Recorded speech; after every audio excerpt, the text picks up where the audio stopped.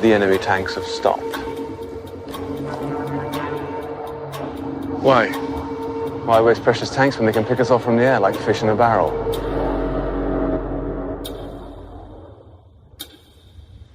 There are 400,000 men on this beach.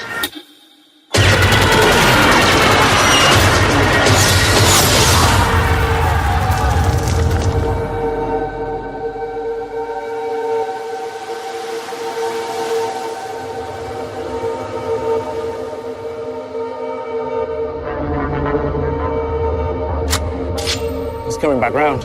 He's coming back round!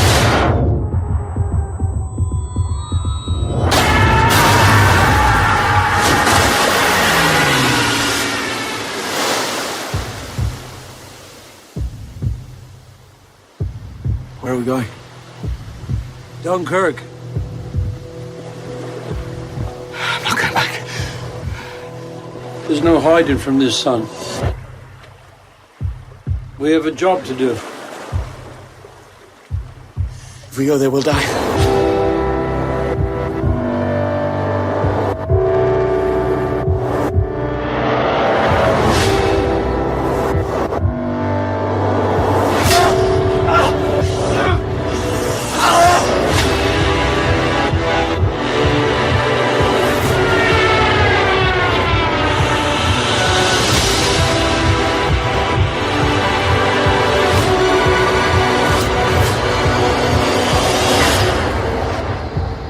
You can practically see it from here. What? Home.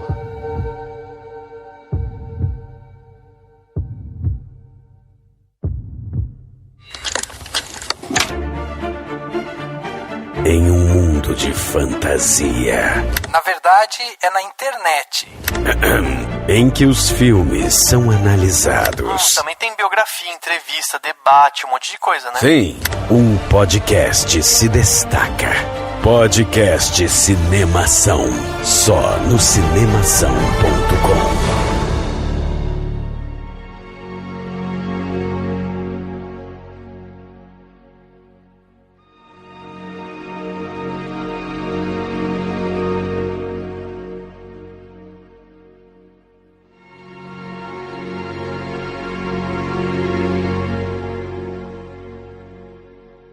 Seja bem-vindo ao podcast Cinemação 239. Eu sou Rafael Arinelli e pra mim, o maior perigo de esperar alguém me resgatar na praia é o sol.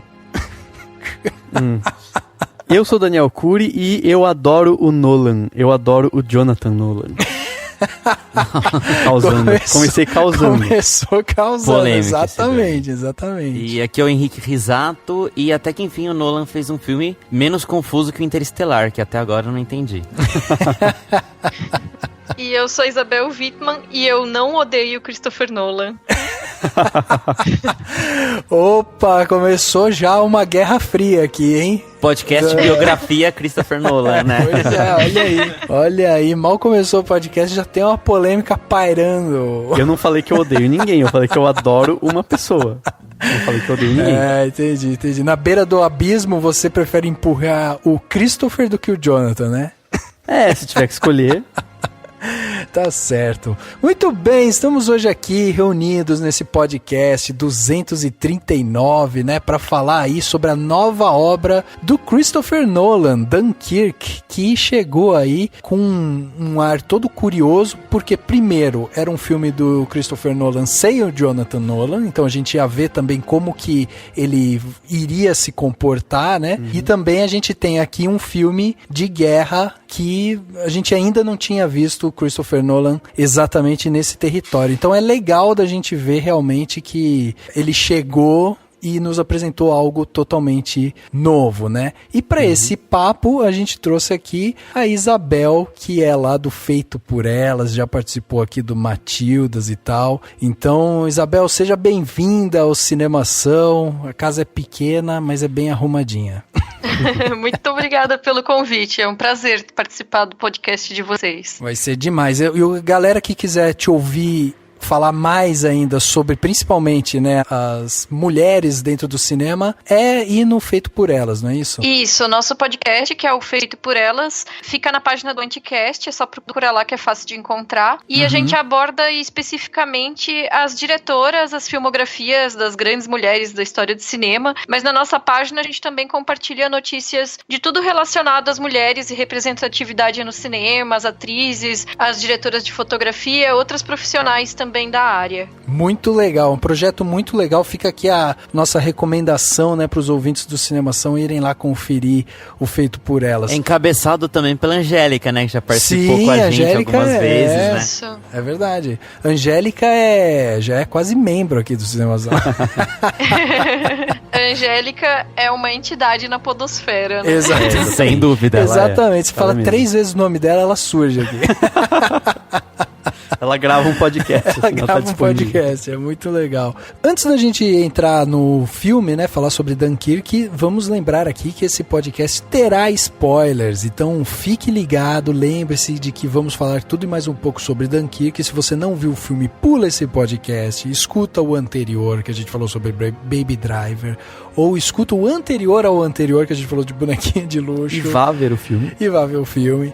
Então, né, aproveite pra pular e tal, pra você não tomar spoiler. Agora, se você assistiu, se delicie, porque a gente tem muita coisa pra falar sobre Dunkirk. Vamos então falar sobre Dunkirk logo depois do quadro Repercussão. Confira o que rolou durante a semana. Eu começo. Agora no Repercussão.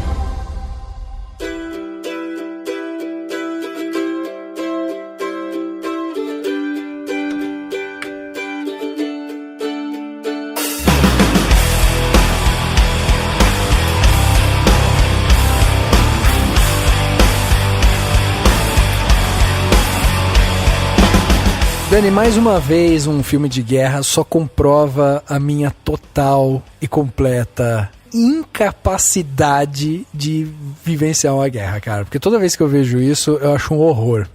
É.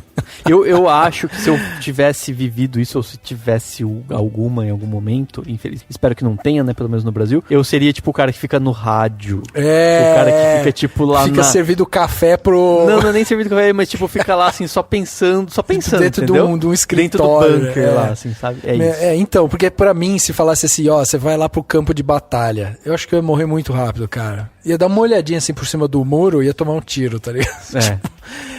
Assim, Eu acho que eu ia falar assim, deixa eu morrer logo, que daí eu já não passo estresse.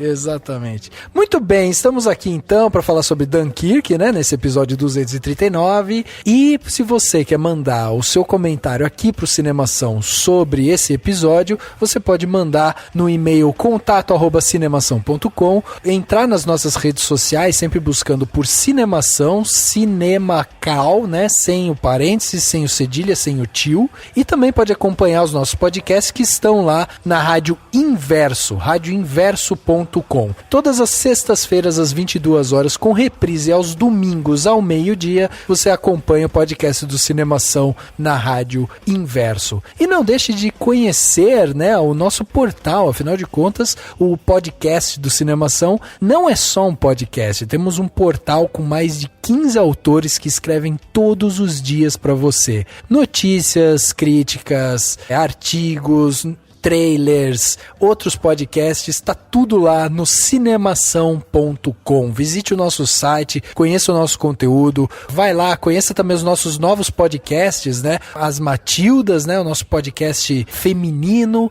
Nós temos aqui também o Indicação, um podcast que dá dicas de filme, e temos agora o Cinemação Drops, aquele novo podcast que vai dar aí notícias cinematográficas nacionais e internacionais. Então vale a pena você ir lá conhecer o cinemação.com e aproveita para entrar no iTunes e classificar o Cinemação. Todas as vezes que você classifica o Cinemação, você ajuda o Cinemação a chegar a mais pessoas. A gente pode começar, Dani, a dar algum prêmio, hein, para quem vai lá e dá 5 estrelinhas pra gente no iTunes, né?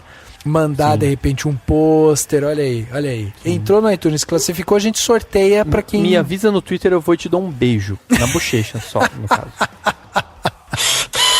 E você quer ver o Cinemação ainda por muito tempo com podcasts como esse? Você quer ouvir podcasts que falem de cinema com respeito, com diversidade de opiniões, sobre filmes clássicos, cultos e lançamentos? Você tá cansado de assuntos rasos em podcasts esparsos, desses inconstantes que cada hora aparece num dia? Você quer ouvir uma conversa agradável e inteligente, mas que ainda tem aquele charme do famoso papo de bar? Você acha que o que a gente faz merece mais reconhecimento e retorno? Então você vai achar justo que as pessoas possam apadrinhar o Cinemação e contribuir com algum valor mensal. Esse valor é muito melhor do que você está imaginando, porque ele não é nem baixo nem alto, ele não é muito nem pouco. Ele é aquele que cabe no seu bolso. Então se você concorda com isso, você vai topar ser o patrão do Cinemação. Então você entra lá no Patreon, que é o patreon.com/cinemação, ou no Apoia-se, que é o apoia.se/cinemação. Escolhe o valor que melhor couber no seu bolso. R$5, $1, R$10, enfim, o que couber no seu bolso e o que você achar que a gente merece, né? Porque se você acha que a gente merece mais, você pode dar um pouquinho mais. E aí você vai fazer o Cinemação ganhar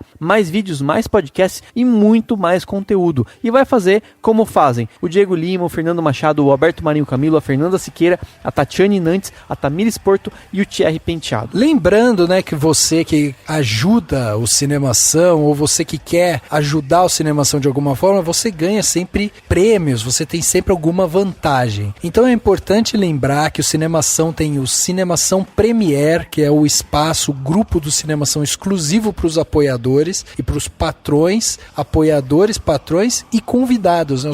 Os convidados do podcast entram lá também. Então se você quer participar do nosso grupo, você precisa apoiar o Cinemação de alguma forma. A gente tem recebido solicitação para as pessoas entrarem no grupo e tal, mas, gente, não apoia, não é patrão, não vai participar, infelizmente, porque é o que a gente tem, né? O que a gente pode oferecer de diferencial, e é muito legal quando a gente vê que as pessoas contribuem e entram no nosso grupo e aí interagem com a galera que tá lá. Então, se você quer participar, seja um patrão do Cinemação.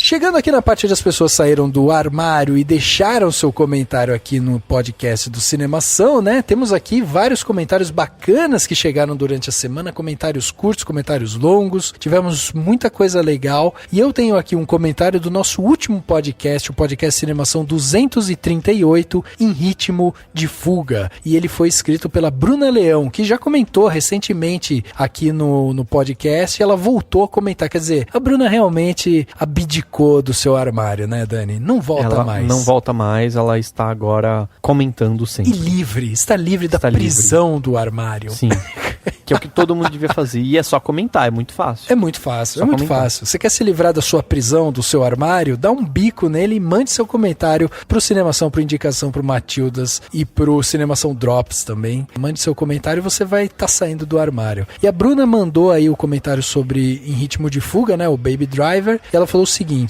eu juro que hoje eu estava prestes a mandar uma mensagem para vocês pedindo um podcast sobre Baby Driver. Eu tinha visto no fim de semana e eu ainda estou processando como foi uma boa experiência. Às vezes eu sinto falta de uma mulher na mesa para balancear a conversa em certos pontos, porque o que pode parecer realmente inofensivo para os homens, o que acontece constantemente nos filmes, que é a má caracterização das mulheres e aprofundamento, né, de seus personagens, mas para as pessoas do gênero feminino incomoda muito, muito mais, já que existe uma discrepância em bons personagens masculinos e femininos, principalmente em ação. Fiquei feliz com o fato de que tanto a Debbie quanto a Darling serem mais ferramentas para a história dos homens do que personagens, não passar despercebido ou sem incomodar a maioria de vocês. De uma forma ou de outra, é um ótimo filme. Para quem já era fã da trilogia Cornetto, como eu, esse filme caiu como uma luva para provar que o Edgar Wright consegue fazer trabalhos mais sérios, mas ainda assim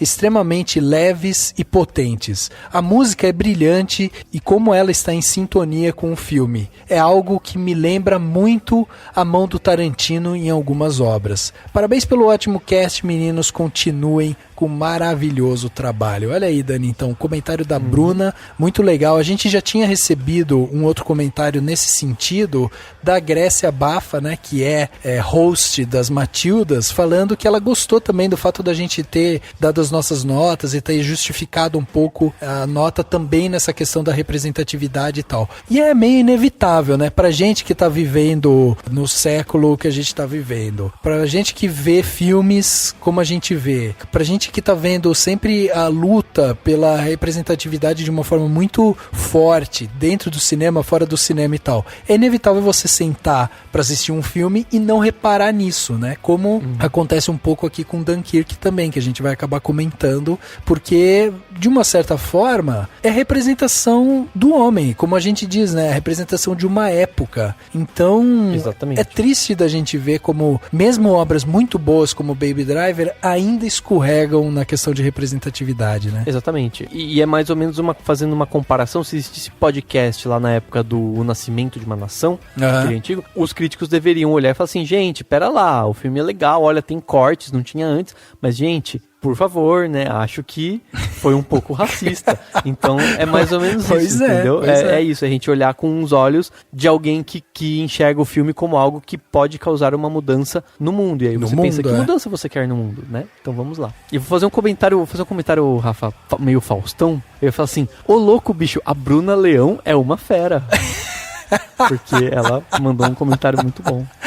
Pois é, né? O Faustão fazendo história, olha só. Dani, o que você trouxe pra gente de repercussão dessa semana? Eu trouxe um comentário da Marina Oliveira sobre o Bonequinha de Luxo, que foi o podcast 237. E é muito legal isso, né? A gente fala do filme e ele repercute, ele se expande pro debate e a gente continua. Por isso que você tem que ouvir todos os podcasts, né? Exato. Baixa todos e ouve todos, olha só que bacana. E comenta todos comenta em todos também. A Marina comentou o seguinte: queridos do Cinemação, bom dia, boa tarde, boa noite. Escrevi a vocês no podcast sobre Corra, agradeço desde já pela leitura do e-mail e não poderia deixar de escrever sobre Bonequinha de Luxo. Nada mais, nada menos do que meu filme preferido. Bonequinha de Luxo é obrigatório lá em casa nos dias chuvosos. Adoro puxar aquela cobertinha e assistir a Holly Golightly deitada no sofá. Não julguem, filme predileto a gente não escolhe, somos escolhidos.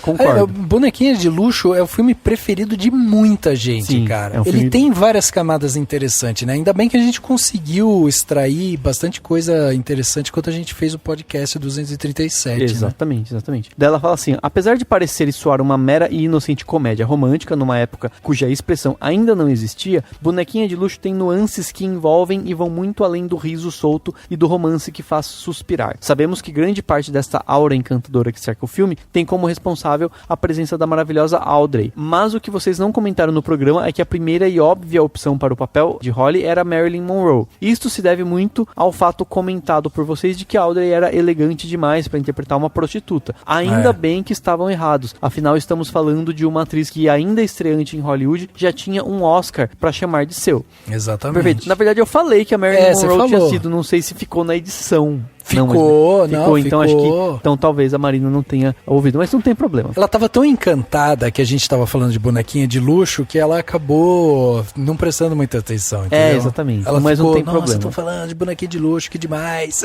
Exatamente. E daí ela continua falando assim: maravilhosa é pouco. Confesso que na primeira vez em que assisti ao filme, também não saquei a profissão da Holly como prostituta de luxo. O meu DVD foi comprado nos Estados Unidos e não possui legendas ou áudios em português. Então, ainda pré-adolescente, eu me perdi na tradução e as insinuações de prostituição foram perdidas. Amo as sequências de comédia e minhas cenas prediletas da vida são a festa do AP, Oi Latino, né? Festa lá no meu AP, e claro, da canção Moon River nas escadas de incêndio. O filme traz modernidade, apesar de ainda muito atrelado a conceitos de sua época, e também um sentimento de melancolia e saudosismo à cidade de Nova York. Afinal, qual o cenário mais perfeito para um animal selvagem do que a famosa selva de pedras? Nossa, que bonito isso, eu achei profundo. Legal, exatamente. Ela é um animal selvagem, tá na selva de pedras. E daí ela fala assim: agradeço pelo programa que tanto amei e parabenizo por suas discussões e análises que foram muito além do que a maioria de coisas que escutei a respeito do longa. Que lindo, vocês captaram muito bem este filme. Já é meu programa predileto. Abraços a todos e um beijo à convidada especial, que foi a Larissa Sirieri, que mandou bem e também tem o filme como um dos preferidos dela. Então, exato. Muito legal. É legal a gente sentir esse retorno quando a gente faz um filme filme clássico, né? Porque às vezes a gente fica um pouco receoso, porque a galera gosta muito de quando a gente discute blockbuster. E aí, quando a gente faz um clássico, a gente fica meio, putz, será que a galera vai gostar e não sei o quê? Então é muito legal a gente receber esse feedback, porque dá incentivo pra gente mergulhar ainda mais nesses clássicos que tem muita coisa pra dizer ainda hoje, né? Sim, aliás, comente então com um clássico que você goste, os seus clássicos preferidos, pra gente colocar na nossa lista aí de possíveis temas pros podcasts, né?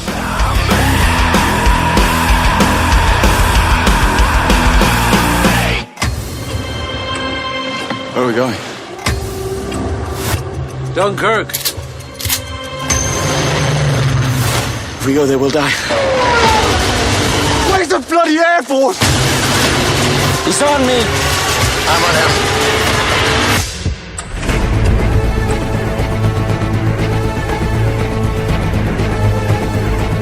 Chegava aos cinemas no dia 27 de julho de 2017, o novo filme do Christopher Nolan. Esse filme que veio aí, né, com todo esse ar misterioso. O que será que Christopher Nolan nos entregaria na sua primeira brincadeira com a Segunda Guerra Mundial, né? Então foi legal da gente ver realmente o que esse diretor é capaz, principalmente agora, sem, né, o abraço forte do seu irmão Jonathan, que está envolvido em outros projetos e tal. Então foi bacana também porque a gente conseguiu ver um pouco mais da linguagem cinematográfica do Christopher Nolan, que é um diretor, talvez um dos mais aclamados aí dessa nova safra de diretores e tal, né? É o cara que tá por trás da trilogia do Batman e tal. Então é um cara que sempre traz coisas diferentes pra gente. E Dani, diz pra gente, quem são as pessoas que fazem esse projeto acontecer junto com o Christopher Nolan? Então, além do Nolan, conhecido também por alguns cinéfilos como Deus, né? Cinéfilos dos anos 90 pra cá, né? Que sim. A gente tem na trilha sonora desse filme o Hans Zimmer, que é um dos grandes compositores da atualidade. Interestelar, Rush, Rei Leão, A Origem, Sherlock Holmes, Frost Nixon, O Amor Não Tira Férias. Eu peguei só esses nomes aqui, rapidinho, pus aqui. E ele é parceirão, né? Do parceirão do Nolan e, né, tipo, enfim, um dos grandes mesmo da atualidade. A montagem do filme é do Lee Smith, que fez a montagem dos filmes do Batman, lá com o Nolan, fez do Interestelar e também fez do 007 contra Spectre e do Elysium, né? A fotografia do filme é do Hoyt van Hoytema, que é um suíço, né? Ele tem esse nome diferente, e que fez a fotografia do Interestelar, do O Vencedor, do Ela, né? O Her, e do Deixa Ela Entrar, entre outros filmes, né? Também é um grande diretor de fotografia. No elenco, então, ó, vamos prestar atenção no elenco. No elenco estão o Fionn Whitehead, o Tom Glynn-Carney, o Jack Lowden, Harry Styles, a Noreen Barnard, que são nomes que você pode estar ouvindo e falando assim, quem são essas pessoas? Então, é exatamente isso que a gente pode discutir ainda hoje, porque, no caso, a ideia era que fossem pessoas desconhecidas, né? Apesar de ter o Harry Styles, que as menininhas já conhecem, só ouvir falar já sabem. No caso, eu também já sei, mas não sou e o Mark Rylance também, que, né? Calma, vou chegar lá. Mas eu que não sou uma menininha adolescente, quem é Harry Styles? Harry Styles é do One Direction. Como você conhece Harry Styles? É verdade. O que é One Direction? Não, tudo bem, vai, eu sei. E, enfim, apesar de ter ele, que é um rosto conhecido, né, do mundo pop, a ideia do Nolan era ter esses atores menos conhecidos. Mas aí a gente entra na galera conhecida. Então a gente tem o James D'Arcy, tem o Barry Keoghan também, que acho que é um pouco, enfim. O Kenneth Branagh, o Cillian Murphy, e o Mark Rylance e o Tom Hardy. Então o James D'Arcy é bastante conhecido. Kenneth Branagh é um grande ator e grande diretor, né? Exato. Muito conhecido. O Cillian Murphy fez muitos filmes, inclusive já fez, né, os filmes, foi um dos vilões, né, do Batman na trilogia. Tom Hardy, parceirão do Nolan. E o Tom Hardy, que é um parceirão do Nolan também, já é o terceiro filme. O Nolan ele repete muitos atores. Sim. Se bem que nesse filme em específico, ele não repetiu tanto, né? Ele fez pouquíssimas repetições de atores. Então, mas acho que é justamente essa questão. Ele estava pensando em usar nomes menos conhecidos por questão de ser um filme de guerra. Então, são soldados, são jovens. A ideia, acho que não era usar grandes rostos conhecidos. Nisso pode ter sido bacana, assim. Mas, enfim, o elenco tem esses nomes mais famosos, mas entre os principais lá, pelo menos os soldados iniciais aí, os mais jovens, são esses nomes que a gente não conhece muito, porque realmente são atores que estão ainda em início de carreira, não tem, né, nem grandes produções aí no Eu acho que talvez deles. Justamente o Mark Rylance tenha se destacado mais porque ele esteve envolvido inclusive com o Oscar, né, um tempo atrás, quando ele fez o filme Ponte dos Espiões. Ponte dos Espiões, sim, com o Tom Mark Hanks Rylance e tal. É um baita ator também, assim, são os jovens mesmo, né, que não são. Pra mim ele era o mais conhecido, assim, assistindo o filme, porque o Tom Hardy, ele é um piloto da aeronáutica, ele aparece o filme inteiro com a máscara, né? Sim. Com o respirador. Que nem do Batman, no caso. Que nem ele fez. E o Kenneth Branagh, ele é conhecido, mas, sei lá, não sei se é tanto, pelo menos pra mim, o Mark Rylance era o, tipo, nossa, esse cara tá no filme e tal. Então, acho legal a gente destacar também o Hoyt van Hoytema aí, que é o cara que é o diretor de fotografia, porque ele tem uma assinatura muito própria, né? Se você pegar os filmes que ele fez, a fotografia, o próprio Interestelar, o Her, o The Fighter, né? Como que é o nome? O Vencedor. O Vencedor, em português. São filmes que tem uma fotografia muito mais fria, né? Ele trabalha de uma forma muito própria, assim, na filmografia dele. Her se destaca um pouquinho mais, que é uma fotografia um pouco mais quente, mas a gente consegue ver aqui em Dunkirk também um pouco dessa fotografia dele estampada lá, que é essa coisa um pouco mais fria. Ele não puxa tanto as cores para uma coisa quente, para uma coisa próxima. Ele sempre tem cores mais para opaca, trabalha mais com tons de pastel, assim e tal, né? Então a gente percebe que ele tem essa assinatura muito forte. Por isso, inclusive, que o Christopher Nolan trouxe ele para esse filme, porque ele queria essa assinatura. Eles já tinham trabalhado, obviamente, juntos, né, em Interestelar. E Interestelar tem uma fotografia, em termos de temperatura de imagem, muito parecido com o que a gente vê aqui em Dunkirk. E Dunkirk precisa desse tipo de temperatura, porque como a gente está falando de um filme de Segunda Guerra, um filme quase que claustrofóbico, né? Porque a gente está falando de um filme que tem todo um abafa ali, né? Naqueles soldados e tal. Então você precisa de uma fotografia mesmo que te dê essa sensação de solidão e tal. Achei muito interessante essa escolha do diretor de fotografia, como ele realmente consegue se destacar por uma coisa muito dele, assim, né? Uhum. Perfeito.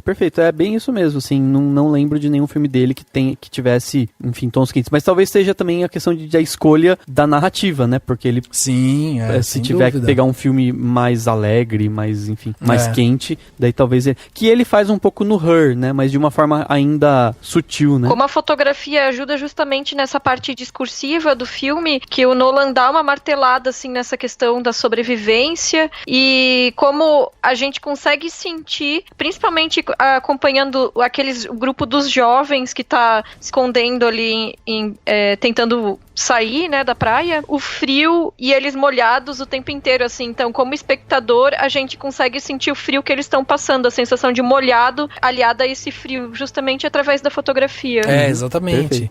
A fotografia tem quase que uma função antropológica, né, na história, porque ela te coloca justamente como se você tivesse ali sentindo aquela tensão, isso que você falou, tipo, o estar molhado, o frio, tentar transferir pro espectador mesmo as sensações do que os soldados estão vivendo. Isso é muito interessante. Né? E o oceano, ele é importante para as 3 narrativas, né? Assim, todos estão por lá ali, assim. Vamos lá, Henrique, traz então pra gente essa sinopse sobre o que fala Dunkirk, o primeiro filme de Segunda Guerra Mundial do Christopher Nolan. O filme, ele traz 3 histórias paralelas que se passam durante o cerco na costa da cidade francesa de Dunkirk, logo após a invasão da Alemanha na França durante a Segunda Guerra Mundial. E a gente acompanha batalhas e tentativas de sobrevivência nesse ambiente hostil. Eu acho legal já colocar, claro que, assim, imagino que a gente sempre esquece de falar, mas vai ter spoilers, né, no podcast.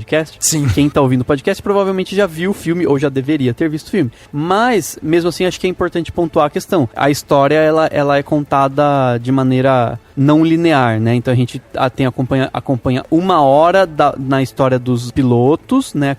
Um período de 1 hora em que os aviões estão lá tentando proteger os navios e tal, e proteger aquele espaço aéreo. Os aviões britânicos proteger dos aviões alemães, obviamente. O período de 1 semana dos soldados que estão na praia lá encurralados e sem ter pra onde ir. Sim. E o período de 1 dia na história do Mark Rylance, que pega o barco civil, né? Um barco civil e vai até a praia pra tentar Na verdade, ela é até linear, porque ela não tem o flashback, né? Ela vai sempre indo pra frente, mas elas são paralelas, como o Dani tá explicando. São como histórias né? paralelas, mas no fim das contas, como é uma grande história, a gente dá pra entender que ela não é linear, porque eu tô contando primeiro um período, depois outro e tal. Então acho que um dos charmes do filme é você tentar encaixar do tipo, peraí, isso daí tá acontecendo antes, depois do que eu tô vendo, que horas que vai acontecer, isso já aconteceu. Sim. Mas depois que você mata também, né?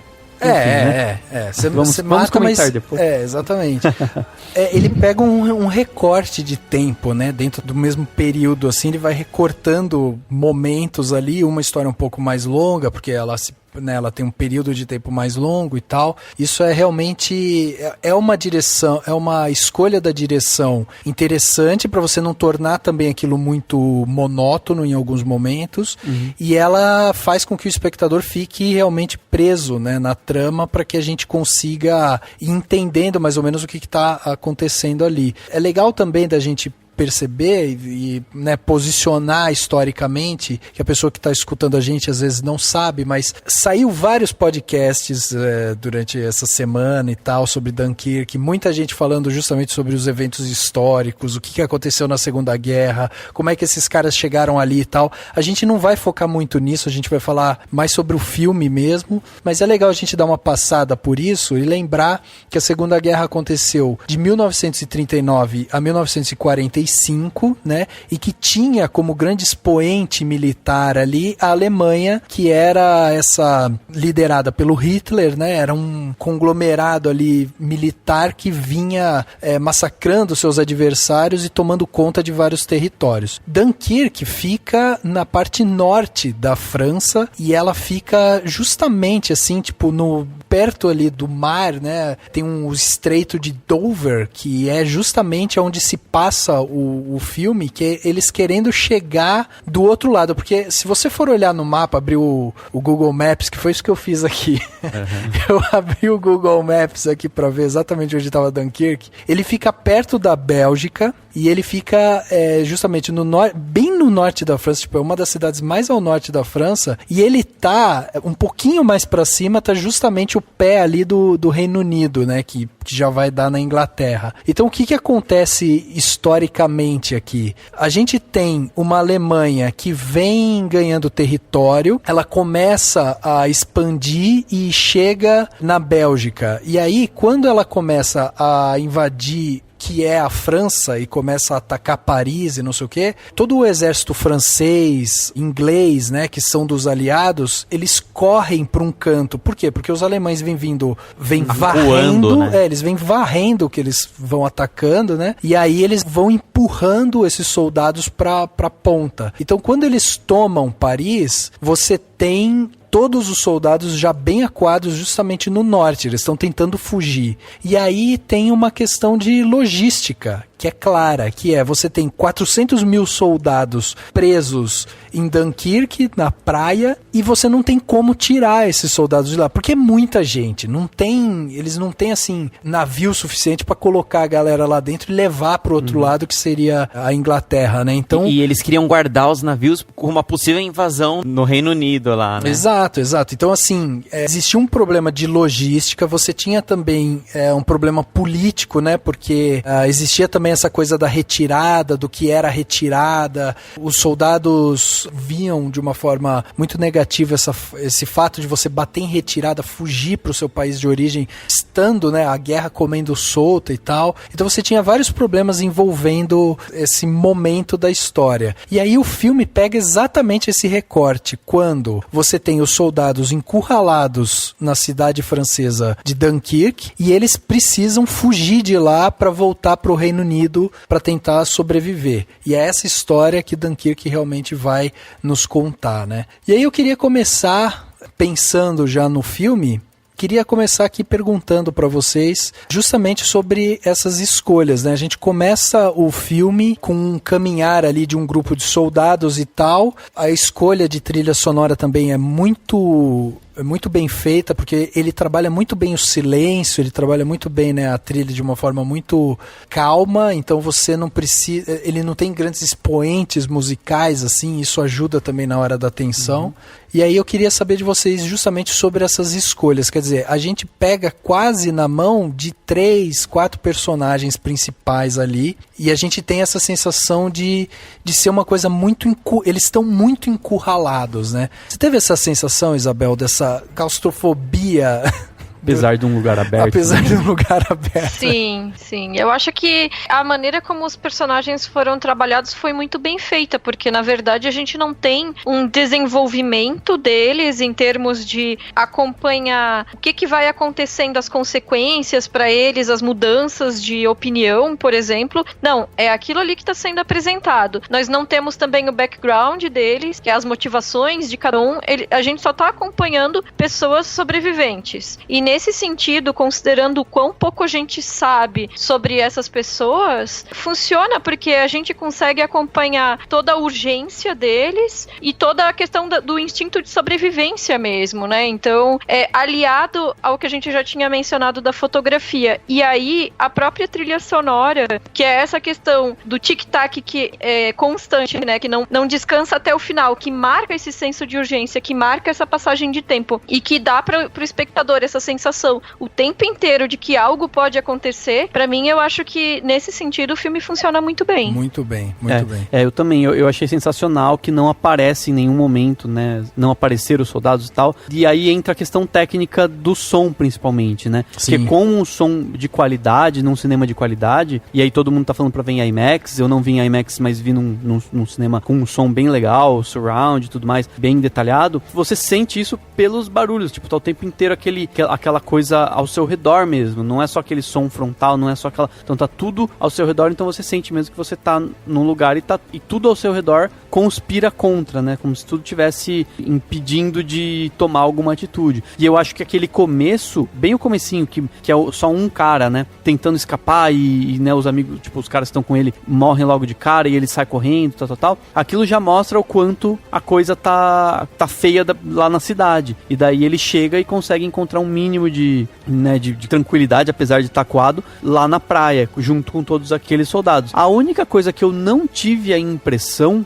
é de que tinha todos aqueles soldados, que eram 400 mil, né? 400 mil, Não me pareceu a impressão de que tinha 400 mil soldados, entendeu? É que a gente não sabe exatamente qual fatia, né, que ele pegou, porque ele pode ter pegado quando eles começam a bater em retirada, entendeu? Tipo, quando eles começam a fugir. E porque eles vão chegando. Eles já falam, são 400 mil. A impressão que dá é que são 400 mil. É que eu acho que não ia ficar praia. Eu acho que não ia ficar 400 mil naquela praia. Não, tudo bem que não tô dizendo que eles vão ficar 400 mil, tipo, né, na areia lá, tipo, curtindo o Réveillon de Copacabana. Mas assim, tipo, me pareceu que era menos, entendeu? Me pareceu que eles não estavam tão, tipo, a impressão de se estar acuado foi eficiente, mas a impressão de que eram muitas pessoas não tava. E em algum momento eu tive a impressão de que não tava tão incômodo, porque tipo, sei lá, eu me senti falta de ver as pessoas passando fome, sei lá, eu tô com fome, tô aqui desesperado, não sei o que fazer, sabe? Sim, me pareceu que eles estavam só esperando em algum momento, então isso deu um pouco de calma, sabe, assim, uma calma desnecessária. Tudo bem que, e aí entra a questão, a passagem do tempo de uma semana, não achei que ela foi pareceu tão traumática, dias. Né? Então, pareceu um dia, dias, pareceu um dia, um pouquinho antes lá do Mark Rylance sair com o barco. Não sei se vocês concordam, mas sabe assim, não sei se foi a melhor escolha essa. Concordo.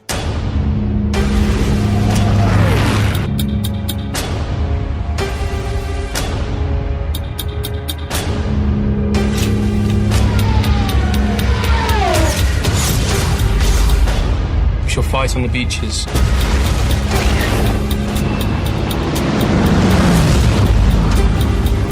We shall fight on the landing grounds. We shall fight in the fields and in the streets. We shall never surrender. Mas eu acho assim que essa coisa de focar ali no grupo pequeno foi uma escolha de talvez não dar uma noção de escala, mas de personalizar os acontecimentos, porque aí eu lembro daquele filme Desejo de Reparação, que tem aquele plano sequência magnífico em Dunkirk também, né?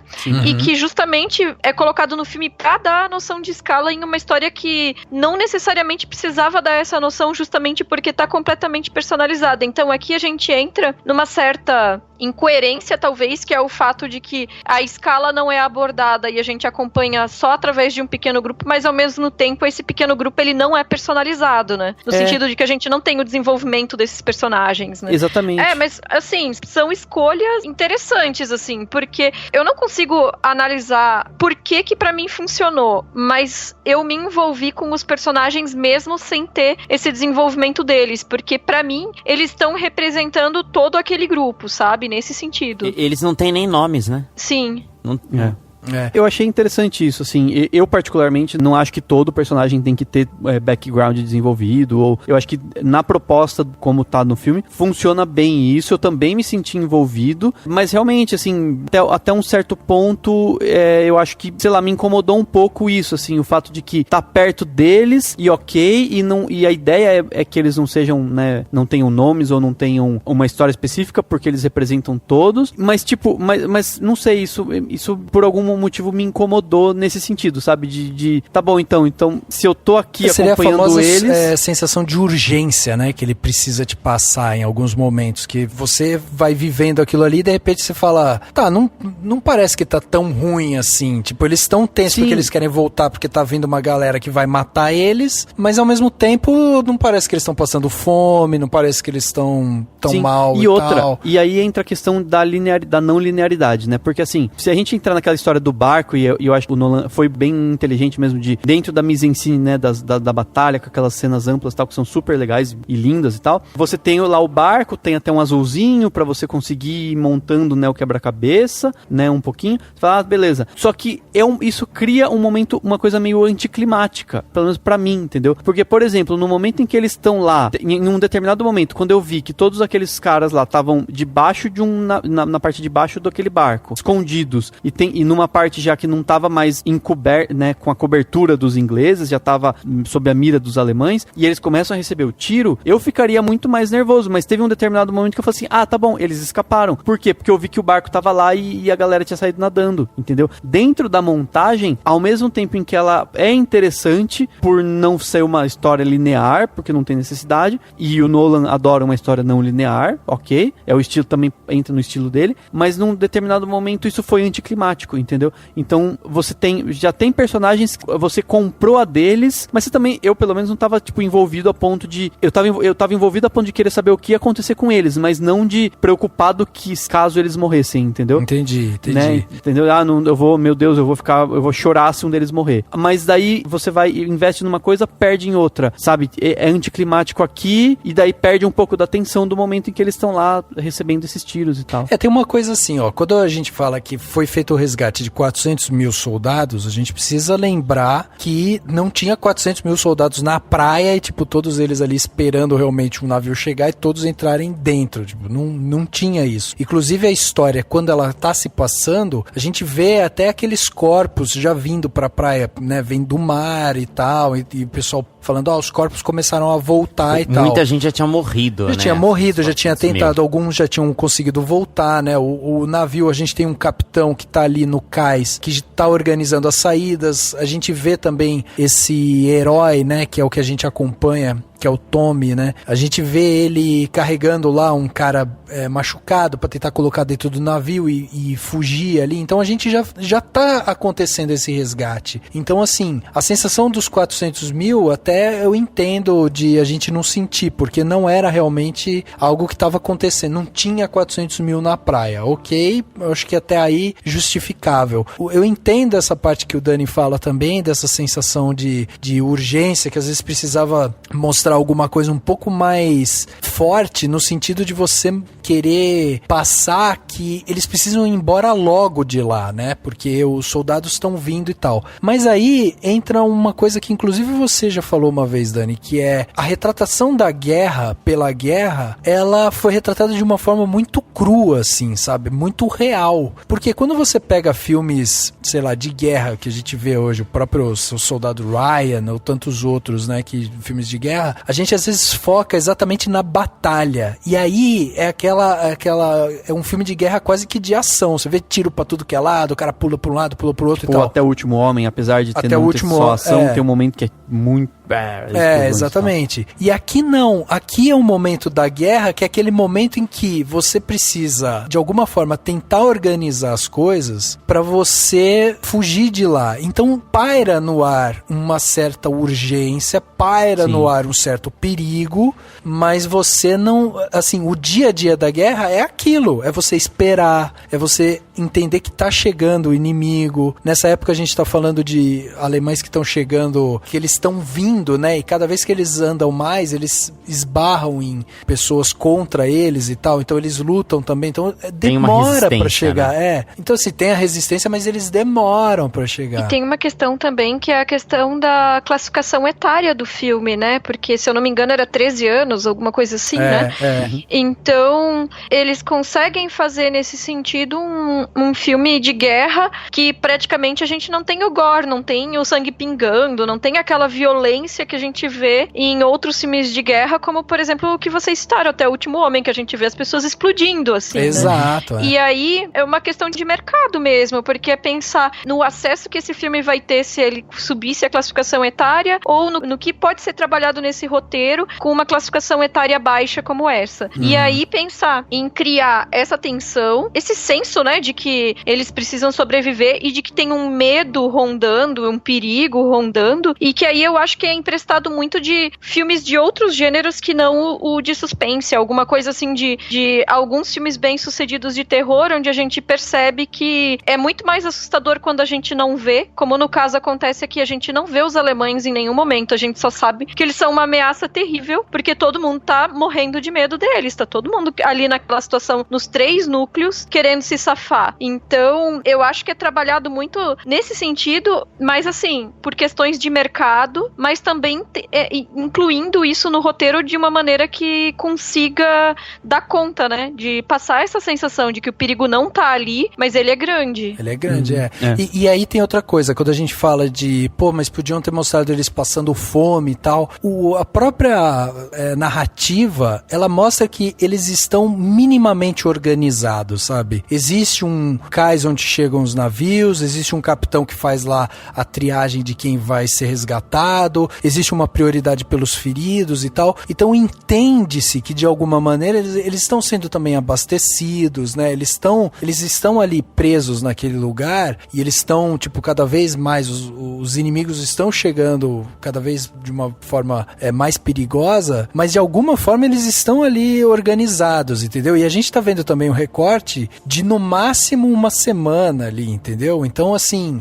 não tem tanto essa coisa, tipo, da fome, da pobreza, sabe, do desespero pra ir embora. Não, eu acho que ficou interessante, até é bacana a forma como ele lida com a proximidade, né, que o cara fala assim, a gente tá tão perto de casa e não consegue chegar lá, né, eu consigo ver o meu país olhando no horizonte e, tipo, não consigo chegar lá. Isso é interessante, sabe, assim, a tensão que é criada, eu acho que ficou muito legal essa não linearidade. Eu gostei muito no momento em que tá tendo uma tensão na praia e tá tendo toda uma música intensa e, né, a música sensacional e tal, e a galera, tipo, organizando os barcos e você ainda não tá ligado que aquilo não tá acontecendo ao mesmo tempo. Exatamente. Mas isso cria essa tensão porque, querendo ou não, foi um período de uma semana de tensão, um período de uma semana de né? Como eu falei, com pontos específicos de tensão muito claros, assim, tipo, porque realmente você tá ali, você tá parado, você tem que esperar. Essa que é a grande filosofia do filme, né? Você tá ali, você tem que ficar ali, você tem que esperar. Não tem o que fazer. Você não pode voltar e matar alemão, você não pode sair nadando no mar porque você não vai chegar. Você não tem o que fazer. Então você tem que sentar e esperar. E aí, em alguns momentos, tipo, puta, surge a oportunidade de eu ir pegar um barco. Eu vou tentar. Aí, puta, o barco afunda. Eu volto pra praia, entendeu? E tem uma cena belíssima que é daquele cara que tira, tipo, a jaqueta e sai andando e entra pro mar e... A gente lembra, não né? entende o que ele fez. Não. Se ele foi só dar um rolê. Não, é assim, pelo menos o que eu senti é que assim... ele vai tentar. Eu vou tentar nadar, porque aqui eu vou morrer. Porque exatamente. uma questão assim, soldados, eles não tinham mais balas, né? Também um dos motivos deles não confrontarem. E uma das, tipo, da forma dos alemães mais aterrorizarem ele era através dos aviões que vinham e bombardeavam, assim. Eles até tem uma frase que fala, por que eles vão gastar tanques se eles podem bombardear à distância? E eu não lembro onde que eu vi isso, mas assim, falando, né, sobre relatos dos soldados, sobreviventes e tudo mais, quando vinham os aviões pra atacar eles nas praias, as primeiras vindas dos primeiros ataques, os soldados não tinham muita noção do que era o avião de guerra, o que estava acontecendo. Então, nos primeiros ataques, quando vinha aquele barulho, os soldados simplesmente pulavam no chão e começavam a chorar. Porque eles não sabia o que era, né? E isso foi muito legal do som do filme, que o barulho dos aviões era até mais alto, digamos assim, do que o que seria normalmente, né? Mas realmente era aquele zumbido, assim, você já ficava tenso na cadeira, tipo, vai dar merda. Eu ouvi falar, não sei, assim, pelo que eu entendi, isso aconteceu mesmo, assim, alguns dos soldados da batalha foram ver o filme, né? Eles já estão velhinhos. E eles falaram que tá muito alto o som, que não era tão alto assim, né? O som dos aviões e tal. Mas realmente faz parte, né? Pra gente sentir a tensão. Uma outra coisa bem legal também, que a gente percebe, daí já não é nem a questão da tensão, mas é a questão da diferença entre os barcos que levariam, mas estavam sofrendo, né, os ataques, os barcos militares, e os barcos civis. Tem um momento em que tá um passando e os outros... Então você já sente, tipo, a diferença. Tipo, é um monte de barquinho, pequenininho mesmo, e uns barcos, uns navios militares bitelões. E aí nisso entra uma questão que é interessante, mas ao mesmo tempo me incomodou bastante, que é esse excesso de nacionalismo, assim. Claro, se eu fosse britânico, talvez eu fosse gostar, mas sabe essa coisa de... Tudo bem, por um lado é legal, tipo, a sociedade civil une os barquinhos pequenos fazendo suas partes. Isso é legal, né? São todo mundo pequeno, mas se for todo mundo, ajuda todo mundo, e a sociedade unida vai ajudar e vai ajudar a ganhar a guerra, vencer a guerra, etc. Tem esse sentimento. Mas por outro lado, eu achei que ficou muito, sabe, assim, muito exacerbado. O Mark Rylance, ele não consegue, ele não tem outra função. Ele é o símbolo do britânico orgulhoso, que é a mesma coisa que tantos americanos que a gente já viu em filmes americanos. Então, isso é um negócio que eu falei, tá, ok, mas, tipo, sabe assim, o que mais move essas pessoas? Sabe o que o personagem dele me passou? Que ele era um veterano, talvez da Primeira Guerra ou de alguma batalha anterior que eu não sei historicamente falando. Mas até porque a hora que ele acha o personagem do Cillian Murphy, ele fala, deu um tempo pra ele, não sei o que, ele conhecia dos aviões, ele percebe, ele tá com trauma de guerra. Então, eu acho que além desse nacionalismo, tinha algo mais, assim, na história do personagem, que, assim, cada pessoa sente como quiser, assim, interpreta como quiser. Mas, e eu acho que tem outra coisa aqui, a gente tá falando de uma guerra mundial, né? O nacionalismo, ele tá à flor da pele, o discurso político de todos os lados, ele é nacionalista, né? Então, é muito difícil a gente desvincular essa imagem, esse discurso nacionalista do filme, porque ele precisa imergir nessa realidade daquela época. A gente tem a figura mais odiada da humanidade, que é o Hitler, que era o cara mais nacionalista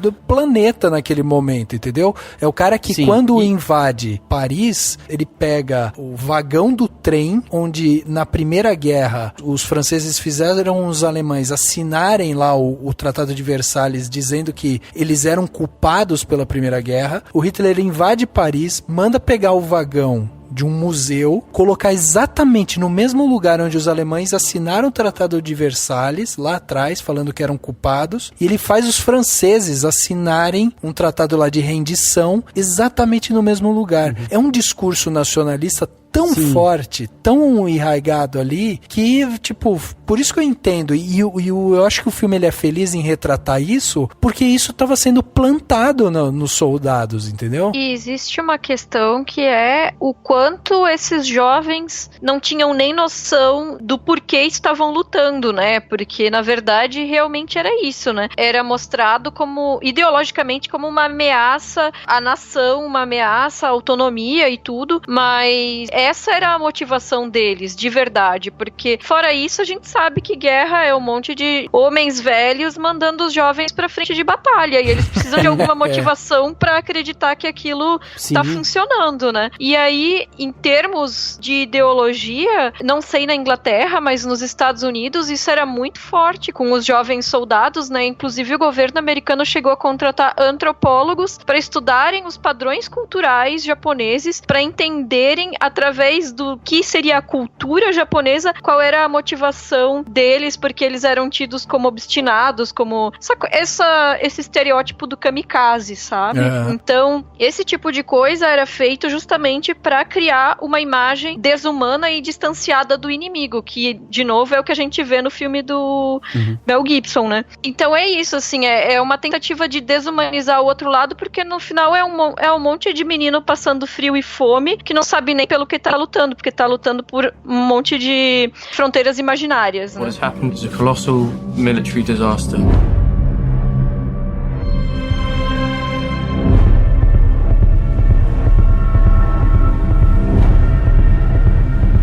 We shall go on to the end.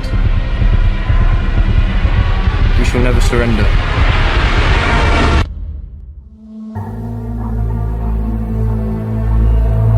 E aí eu tenho um pensamento sobre isso, assim. Eu tava pensando nisso, eu falei, cara, que interessante, né? O filme, ao não falar dos alemães, ao não usar o termo, eles não usam o nome, acho que alemães eles até usam, mas eles não falam Hitler, eles não falam nazista, sei lá, enfim, eles, e não aparecem, né? Então, ao fazer isso, o filme tá meio que dizendo assim, olha, era um inimigo invisível, e não importa qual é esse inimigo, eu tô aqui pra falar sobre a batalha, sobre a força e a coragem e o que for, destes soldados, dessas pessoas que estão nessa praia agora. Isso é muito legal. E aí pensando, sabendo que todo filme é um documento de sua época, né? Então mesmo um filme de época, mesmo um filme que conta algo que aconteceu no passado, ele supostamente deveria discutir algo que acontece hoje, né? Assim, algo referente à nossa sociedade de hoje. E aí, pra mim isso cai em contradição, porque isso, não mostrar os alemães, não criar a figura do alemão que muitos filmes americanos já fizeram, né? Nossa, eles são malvados e tal. É interessante porque a gente vive em tempos em que se precisa cada vez mais, pelo amor de Deus, respeitar todo mundo e tal, e tentar encontrar soluções que não sejam odiar outros povos, né? Sim. E imagino que o Nolan não tenha um posicionamento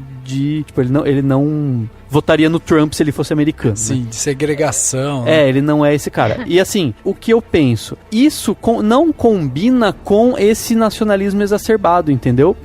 Não seria muito mais interessante, considerando que o filme está sendo lançado agora, 2017, e considerando o mundo que a gente vive hoje, seria mais interessante se ele não mostrasse isso e mostrasse assim. Porque eu achei interessante a questão humana, são pessoas tentando se salvar, são pessoas tentando sobreviver. Tanto que no final tem lá um velhinho, né? Que o cara fala, mas eu não fiz nada, eu só sobrevivi. Ele fala assim, já é o suficiente. Isso eu achei lindo. Eu achei que, cara, é muito isso. Guerra é muito isso, né? Você sobreviveu já é o suficiente. Se você não matou ninguém, se você não fez nada, se você não serviu pra nada, só serviu pra sobreviver, você já fez o suficiente. Isso, pra mim, não combina com esse nacionalismo de, sabe, o Reino Unido maravilhoso, sei lá, somos os heróis da nação. Que é uma mensagem que tem lá no finzinho e que é uma coisa que tá no Mark Rylance. E tá naquele menino que, tipo, pelo amor de Deus, não entendi aquele personagem. Ele tropeça, cai e morre e gera uma tensão que só serve pra, tipo, tem só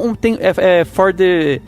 George, for né? the script's sake, tipo, somente pelo script. Não, eu também não entendi como que ele morreu. Eu não acho. Ele caiu e morreu. Bateu a cabeça muito forte. Não sei se mas eu achei que foi muito... Não sei, eu achei desnecessário aquele menino lá. Serviu pra dar um drama e, sabe... Eu vou pontuar algumas coisas que você falou. Eu acho assim, ó. Primeiro, sobre o nacionalismo. Como eu falei, eu acho que historicamente pro filme, ele funciona. Porque a gente vendo um recorte histórico... Desculpa, Rafa, só... Eu tô sendo o chato, sei lá, não sei se é ideológico o que seja, mas o chato que fala assim, pô, peraí, estamos em 2017. Vamos fazer um filme assim, mas é mais uma chatice mesmo. Não tô... Então, eu entendo. Não é uma crítica tão contundente. Veja se você concorda com isso, ó. Eu entendo isso que você tá falando, mas eu acho que por um outro ponto. Porque eu acho assim, ó, quando a gente para pra pensar no nacionalismo em termos de discurso narrativo dentro do filme, eu acho que ele tá encaixado ali. Porque a gente tá vendo um recorte histórico de um momento de guerra, onde a maioria das nações, elas ficam batendo nessa parte nacionalista pra tentar incentivar de alguma forma com que as pessoas contribuam com a guerra. Ou dando sua vida, ou batalhando pela sua nação, ou indo resgatar soldados. Motivação, entendeu? né? Motivação. Então, assim, você tem o discurso nacionalista para tentar trazer isso. E isso é representado no filme por esses soldados. Por que você tá ali? Porque eu vou lutar pela minha pátria. Eu vou lutar, vou atrás, vou pro lugar de paz pra mim, que é o meu país, onde eu não vou correr risco de ser morto lá e tal. Então, assim, esse discurso, ok. O que eu acho que ele é contraditório ele traz esse discurso, assim, de estamos lutando em pró alguma coisa maior aqui, mas aí eu acho que ele é contraditório. Daí na parte estrutural e não narrativa, quando ele não apresenta nenhum personagem negro, nenhum personagem indiano, nenhuma personagem mulher, aí eu acho que ele tá sendo contraditório. Opa, calma aí, você tá vindo falar então de algo muito maior, de um nacionalismo, falando sobre a gente tá junto, que existe o orgulho por trás aqui e tal, mas você não mostra a representatividade de nenhuma forma. Aí e já tem também a questão, tipo, tem franceses lá no meio e eles são super tipo, francês não fique aqui, né? Tem um posicionamento de você tá fingindo ser inglês só pra ir pra lá, só que, pô, se eles estão juntos na guerra, eles deveriam estar juntos. Então, né? tudo bem, aí volta o discurso nacionalista, eu preciso salvar o cara que é meu compatriota e tal, entendeu? Ok, beleza, entendo isso. Agora, a partir do momento que você não mostra ninguém de outras etnias, de nada, tipo, o filme estreou na Índia e ele foi altamente criticado. Claro, porque os indianos lutaram. Os indianos lutaram, deram a vida ali, ajudaram a resgatar e tal, e não tem um soldado indiano, não tem um soldado negro, não tem uma mulher ali no meio. Então, aí eu já acho que vem uma questão, assim, do Nolan. É por isso que eu, na abertura, falei, eu não odeio o Nolan, sabe? Porque por muitos anos ele foi endeusado e eu tava o tempo inteiro dizendo pra galera, gente, segura o hype, porque não é isso aí tudo, não. Sim. Só que agora, nesse filme, parece que virou uma coisa assim, tipo, inverteu, né? Todo mundo, de repente, odeia o Nolan. E é tipo, cara, nem tanto ao céu, nem tanto à terra, né? Exato. Mas assim, o fato é que, em se tratando dos roteiros dele, do irmão dele, eles não sabem lidar com elementos que não sejam homens brancos. De preferência heterossexuais, cis e tudo mais, né? Então, assim, é uma dificuldade mesmo de pensar em qualquer filme dele que tenha um personagem que não seja um homem branco e que esse personagem tenha um desenvolvimento satisfatório dentro da história, né? Ou então que não seja uma esposa que vai ser morta, né? Porque isso também é uma coisa que ele gosta de incluir nos filmes dele, né? Ou que já está morta, né? Mas, pensando nessa questão da representação de soldados que estavam na guerra e não eram brancos, né? Com certeza, né? É uma questão histórica, né? Se fosse ser um retrato fiel da guerra, eles deveriam estar lá, né? Aí vem um lado cínico meu pensando que talvez exista, de novo, essa questão de mercado, que é a questão do mercado americano, porque o Nolan, a gente sabe, ele é britânico, mas o mercado dele é nos Estados Unidos, né? E aí, ele até inclui no final uma fala de um personagem dizendo que o novo mundo vem resgatar o velho mundo, que é incluir o heroísmo dos americanos, de novo exaltando essa coisa do nacionalismo, mas muito especificamente dos americanos, né? E isso pra mim, na hora que eu assisti, eu fiquei pensando, nossa, é tipo A Vida é Bela, sabe? Que no final tem que incluir os tanques americanos chegando lá e libertando da galera pra, tipo, dar aquela agradada pro público que pra ganhar vai o consumir Oscar. o filme, pra ganhar o Oscar, exatamente. Eu quis morrer quando eu ouvi isso. Mas, mas isso não era o menino lendo no jornal? Porque eu acho que esse recorte... Mas a escolha do filme mas é porque eu acho que ali, né? que eu acho que o discurso, ele é aquele discurso que o Churchill trouxe mesmo, entendeu? Eu acho que a narração ali que foi feita é literal do que foi escrito. Sim, mas existe a opção, a escolha de colocar ali o novo mundo libertando o velho mundo, né? Então, por mais que aqueles jovens eles tivessem sobrevivido à guerra e foram cumprimentados por isso, mesmo tendo batido em retirada, ainda o heroísmo fica marcado na ação dos americanos. Exato. E até dentro dessa questão, né, de representatividade que a gente estava falando, eu até fui pesquisar sobre mulheres na Segunda Guerra Mundial. E eu vi que não existiam muitas mulheres no campo de batalha no sentido de tá pegando em arma, tá lutando realmente ali no campo de batalha. Elas ficavam mais numa função que às vezes o homem não interferia, tipo na enfermagem, né, hospitais e tal. E o que aconteceu muito nessa época, de 39 a 45, foi uma ascensão da mulher no mercado de trabalho. Por quê? Porque muitos homens estavam deixando seus países para ir pro campo de batalha, para ir lutar na guerra, e aí ficavam os espaços. Tipo, sumiu o contador que estava aqui, sumiu o banqueiro que estava aqui, sumiu o jornalista que estava aqui e tal. E aí começaram a chamar algumas mulheres para preencher esses espaços que a nação sentia falta ali. Então, assim, até é compreensível em alguns momentos do filme você falar que, a gente tá retratando um momento ali de campo de batalha e não tinha mulher no campo de batalha. Ok, historicamente tá justificado. O que eu não gosto é assim, por que o personagem que é vivido pelo Mark Rylance, por exemplo, que é um veterano que tá ali navegando e tal, ele poderia ser uma mulher, entendeu? Ele poderia ser uma mulher falando, estou pegando meu filho e eu vou tentar resgatar ali porque eu tenho amor aos jovens. Não, tinha que ser um homem. Inclusive no final, quando mostra toda a frota de barcos chegando, mostra um barquinho no meio com uma mulher acenando também, né? Exato. Então, assim, é muito, sabe, é muito pontual. E daí eu acho que entra essa parte da contradição, daí quando você coloca em conflito a parte narrativa com a parte estrutural. Aí eu acho que entra a contradição. Agora, quando a gente pensa só na parte narrativa, tipo no discurso narrativo, nacionalista e não sei o quê, aí eu acho que tá justificado. E aí eu ia entrar também nessa parte desse menino, né, que acaba caindo e morre porque ele bate a cabeça e tal. Eu achei que o simbolismo dele ali é justamente de mostrar que pessoas inocentes sofrem também com a guerra, entendeu? Ele era um garoto que queria ir ajudar de alguma forma, que sofria bullying na escola, que, né, já tinha lá os seus problemas no seu cotidiano, e ele viu na guerra uma oportunidade de tentar mudar um pouco a sua realidade. Ele não conseguiu. E aí morre de formas bestas, entendeu? Então, assim, eu achei um personagem interessante, porque a partir do momento que você tem, o filme retrata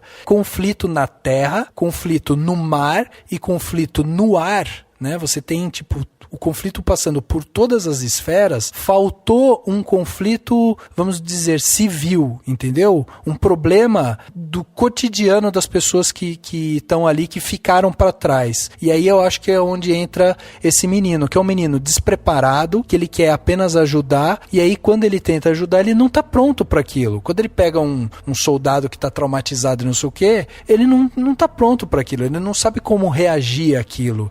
Então eu acho que dentro de todos os conflitos que ele quis mostrar, ele focou nessa história, vamos dizer, nessa história que se passa dentro do barco. Ele quis mostrar um pouco mais do que era o estado civil, cotidiano e tal, das nações que estavam ficando desfalcadas com a galera que estava indo pra guerra. E aí você tem esse menino que é meio que essa representação da inocência, do que era da inocência e da fragilidade. Exatamente. Não, eu entendo, mas não sei, na hora eu me soou muito colado mesmo, sabe? Assim, ele tá lá e aí tem todo aquele plot de ele queria ter algum destaque e no final ele aparece num jornalzinho da cidade. Como, sabe, assim, tipo, é uma ideia, uma ideia interessante, interessante, né? De tipo, mesmo uma pessoa muito jovem consegue, sei lá, ter o seu espaço ou ter algum tipo de, sabe assim, ter um significado pra vida mesmo tendo tido uma vida tão curta e tal. Só que dentro do contexto de todos os dramas que o filme podia ter mostrado, até melhor, talvez, dos soldados e tal, me soou colado e me pareceu forçado. E até a forma como ele morre também, sabe? É tipo muito, bate a cabeça, ó, caí, vou ficar aqui, morreu, entendeu? Não sei,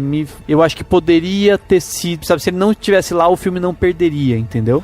Essa parte dele cair e morrer, né? Ficar, não tô enxergando e tal, e de repente, beleza, morreu, eu achei forçada. Mas, outra coisa que o Dani falou agora, eu não achei tão forçado o negócio do jornal. Porque mostra lá o filho do Mr. Dawson, né, que é o personagem do Mark Rylance. Eles eram daquela cidade, às vezes ele conhecia lá o dono do jornal e falou, meu amigo, ele contou a história e saiu, porque, querendo ou não, todos saem como heróis, né? É o que a gente falou agora há pouco. Aquele senhor que era cego, que falou, parabéns, só de ter sobrevivido, só de ter ido. É assim, eu não imagino por que o dono do jornal, ele ia ter falado, não, mas isso é uma bobagem. Achei um lance legal, assim, é meio piegas, mas é bonitinho. Então. Eu acho que também foi uma tentativa de mostrar a empatia e os laços que são criados nessas situações extremas, realmente de uma maneira piegas, porque mostra que o rapaz que sobreviveu, ele teve preocupação com o outro, o Cillian Murphy, né, que poderia se sentir culpado com o que aconteceu, mas foi um acidente, então se absteve de dizer que o menino morreu pra não deixar o outro se sentindo culpado, e por outro lado mostrou ele honrando a memória do menino, colocando a nota no jornal, né, como herói de guerra. Então, mas perfeito. De certa forma, nesse sentido de criar esses laços, essas empatias, esses momentos de bondade entre pessoas que nem se conhecem direito, né? The call went out. We have to go to Dunkirk. Ready on the stern line. What are you doing? You know where we're going. Into war, George. I'll be useful, sir. Talvez ele force mesmo um pouco, né? Ele tem um discurso até um pouco raso, né? Nesse sentido, porque ele passa meio despercebido mesmo. Você não cria um vínculo emocional com o personagem, com esse menino, né? Mas esse é um problema de roteiro recorrente do Nolan, que é essa dificuldade de criar vínculos emocionais do espectador com os personagens, né? Porque todo mundo sempre fala do Fincher, que os filmes dele não funcionam no sentido emocional, que são mais frios, mas os personagens do Nolan sempre tem esse problema também, né? Então a gente vê que no Interestelar, quando ele tenta criar emoção em torno dos personagens e faz aquele discurso horroroso sobre o amor, a coisa se perde, né? Sim. E aqui o filme funciona melhor quando ele tá na montagem quase videoclíptica, com a questão da trilha sonora no tic-tac, com a urgência dos personagens, com o desejo de sobrevivência, do que quando ele se preocupa pontualmente com emoções isoladas. E aí entra o velho clichê que o Nolan tem que colocar um discurso. E aí ele coloca no final o discurso sobre a sobrevivência. Esse eu considero um ponto fraco, realmente, porque tava tudo representado muito bem até ali em termos visuais, a questão da sobrevivência, mas um personagem tem que chegar e falar,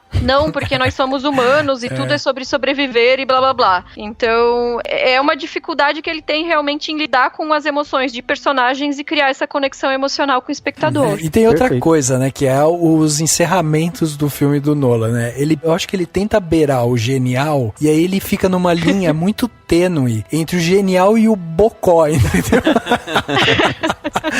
Então, cara, eu tava pensando aqui, duas coisas que, cara, assim, eu acho que deixariam o filme lindo, assim. E não que ele não seja bom, tá, gente? A gente tá daqui falando coisas, mas o filme é muito bom. Mas, assim, duas coisas que deixariam o filme muito mais interessante, na minha opinião. Se ele não tivesse necessariamente essa narrativa, assim, um dia, e simplesmente começasse a partir de um determinado ponto, de repente, até da chegada dos aviões, né, pra proteger, e depois fazendo flashbacks, assim, eu acho que talvez ele funcionaria melhor, ou algum outro tipo de linearidade, verdade. E se ele terminasse... Porque o filme, ele sabe fazer as coisas muito bem no silêncio, né? Ele sabe... A gente fala, né? O filme todo tem poucos diálogos, ninguém tá lá... Ninguém fica... Ele durante é muito mais o filme, contemplativo. Ninguém fica falando muito. Se ele terminasse com o cara lá falando, sobreviveu, não, já fez o suficiente, já é o suficiente e tal. E mostrasse, sei lá, eles entrando num trem indo embora e tal, e tipo, aquilo se fechasse lá, eu acho que ele ia ser um fim lindo, entendeu? Eu acho que é bem isso que a Isabel falou e que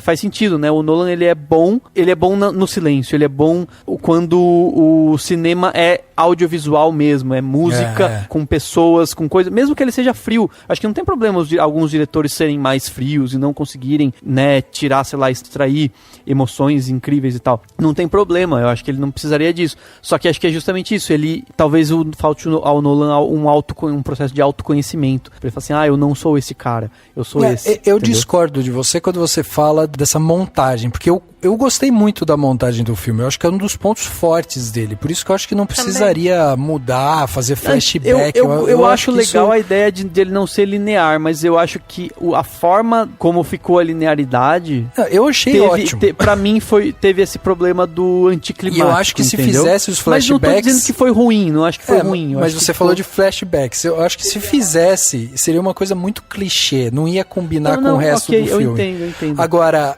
isso que você falou dele ser um filme contemplativo, eu acho que realmente até o discurso final vai contra o tom do filme inteiro, que é uma coisa mais contemplativa. Exatamente. Mas não teria uma aceitação com um grande público. Pois é. Muita gente ia achar o filme chato. Então, ele se contradiz, mas as pessoas não iam gostar. Tipo, muita gente ia falar, o filme não tem fim, não. Mas eu acho que ele realmente é uma resposta às críticas recorrentes à filmografia dele como um todo, né? E aí, eu acho que ele tava indo muito bem nesse sentido. É um filme muito contido em comparação com os outros filmes dele. E aí, pra mim, o que enfraquece realmente é o discurso do final. Se tirasse o discurso do final, como um todo, eu acho um filme que mostra a maturidade de um diretor. Com todos esses problemas que eu citei aqui da filmografia dele, e de novo repetindo, eu não odeio Nolan. Mas ele tava nesse caminho de fazer um filme mais contido, mais elegante, mais minimalista. E aí o discurso no final, ele tira a sutileza. Eu também acho. Eu acho que esse último terço do filme, quando... Nem o último terço, vai o 1/5 final do filme, tipo, o finalzinho mesmo, eu acho que ele dá uma escorregada, que ele, sabe, você fica meio... Tá, agora eles conseguiram, voltaram, não sei o que e tal, mas aí fica um rolo, assim, e aí entra esse discurso em off, sabe? Ficou uma coisa que, tipo, puta, não precisava disso, cara. Ficou meio Spielberg, né? Meio Spielberg, Ficou. Mas uma coisa que eu gostei muito, acho que foi um momento que eu mais me senti aliviado, assim, é quando todos eles estão todos não, né, mas praticamente todos esses personagens se encontram. Os meninos lá entram no barco, encontram, né, no barco e aí cai, depois eles resgatam, ou antes até, eles resgatam lá o piloto, né, o Collins, não foi o Tom Hardy, né, é o outro lá que cai. Pra mim aquilo foi muito interessante, assim, tipo, porque a partir do momento em que são 3 narrativas, eu tava esperando que elas se encontrassem. Então esse encontro foi tipo né, tipo, eles me pagaram a promessa, como se o filme tivesse me prometido que ia ter esse encontro. Então acho que foi um fechamento. Sei lá, nesses momentos não sei, eu acho que ele é muito eficiente, sabe, de mostrar toda a relação entre esses personagens, tipo, é como se, né, a terra, o mar e o céu tivessem se encontrando, tivessem, sabe, assim, tipo, e dá um alívio, e pra mim deu até um alívio que remeteu mesmo ao fim do filme, do tipo, vai tudo se resolver, agora vai tudo se resolver, entendeu? Porque esses 3 elementos, né, se encontraram, se combinaram, assim. Eu achei bem interessante isso, assim, gostei bastante, e aliás, a cena do cara no avião tentando sair, que ele tá desesperado, né, e o avião começa a afundar, ele não consegue quebrar, eu achei muito legal, assim, muito tensa, assim, e daí junta com lá quando o barco afunda, que os caras estavam mandando um rango e coitado, não conseguiram nem terminar o rango deles, e tem a do outro, do cara também, que tem uma hora que o cara tá assim, tá pegando fogo em cima, ele não consegue sair da água porque tá pegando fogo. São cenas que, tipo, sei lá, assim, achei muito interessantes e que mostram a qualidade técnica do Nolan, como tecnicamente o Nolan é excelente. Nossa, eu achei todas as cenas das batalhas dos aviões lá fantásticas. Muito legal. Não, claro, nossa, todas. eu não lembro de assim. tensão no sentido de um personagem personagem num determinado perigo e você fica, tá, ele vai sair ou não e Olha, tal. mas fazia muitos anos que eu não vi, assim, filmes, assim, com batalhas aéreas tão empolgantes, tipo Top Gun. E tem um que chama Red Tails, que conta a história dos primeiros pilotos negros da aeronáutica americana na Segunda Guerra. Também é muito bem feito, mas esse filme nesse ponto também foi espetacular. Todas essas cenas aéreas, elas são interessantes como ele te coloca, às vezes, em primeira pessoa, né? Ele te coloca você pilotando o avião. E aí você vai junto com o cara, você sente a dificuldade, você sente como era uma coisa muito mais mecânica o avião, você sente, né, tipo... E até o tiro certo no avião inimigo não é aqueles filmes de ficção que o cara atira e o avião da frente explode na sua frente e o cara passa no meio da fumaça do outro que explodiu, entendeu? Não, é um tiro, sai uma fumacinha, vai perdendo altitude e cai. Então, tipo, tudo isso é uma coisa bem crua, bem real, e eu acho muito legal, realmente, essas cenas de avião, até aqueles momentos em que ele coloca apenas a mira, né, na tela, e você vê o outro se movimentando. E é minúscula a mira, né? Minúscula. E você vê, ele aperta pra tirar, a mira é meio torta, começa a tirar, vai indo pro lado, pra um outro. Tipo, não era uma coisa a escolha, precisa, né? E a escolha dos atores foi muito boa, porque o Tom Hardy a gente já conhece, aí tem aquele outro ator que eu acho que ele também manda muito bem, que eles têm uma expressividade no olhar, e aí você consegue entender a tensão, mesmo eles com a máscara, né? Você só pelos olhos do Tom Hardy, a gente já tá cansado de saber o quanto ele é bom, de só com o olhar você já percebe, né, e você vê que ele tá concentrado e que ele sabe. Eu senti muito isso, falei, esses caras, tipo, sabem o que estão fazendo, entendeu? Eu achei isso muito legal, assim. E aí cria uma contrapartida com os jovens, né, os meninos, tipo, que estavam lá na praia, eles não sabiam o que eles estavam fazendo, eles estavam perdidos, eles estavam, né, então assim, cria essa contrapartida, tipo, esses dois pilotos sabem o que estão fazendo e o personagem lá do Kenneth Branagh também, tipo, ele é um cara que sabe o que vai acontecer se não conseguirem resgatar a galera. Eles sabem, tipo, ele entende da parada. E ele não tem muito o que fazer a não ser esperar também. Mas você percebe isso nas atuações. Eu achei isso, tipo, a escolha desses atores foi muito boa. Muito boa, mesmo que algumas pessoas critiquem o Fionn Whitehead, eu vi gente criticando, e outros também caíram no coitado do One Direction, né, do Harry Styles, mas não achei que eles foram ruins também, eles só foram... Não prejudicam okay, o não filme, prejudicam, né? Na minha opinião, pelo menos. He's on me. I'm on him.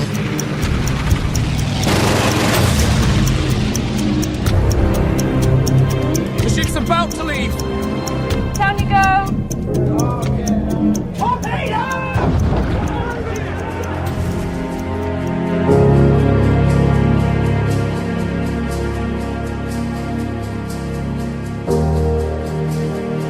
Vamos então dar aqui as nossas notas de 0 a 5 para esse filme, né? E aí a gente vai tirar aquela média para carimbar aqui quanto que a gente vai dar, somando todas as notas de todo mundo e tal, quanto que a gente vai dar para Dunkirk. Então eu queria começar aqui com o Dani, que foi o mais crítico, mais ferrenho com o filme, falando super mal. Saiu 2.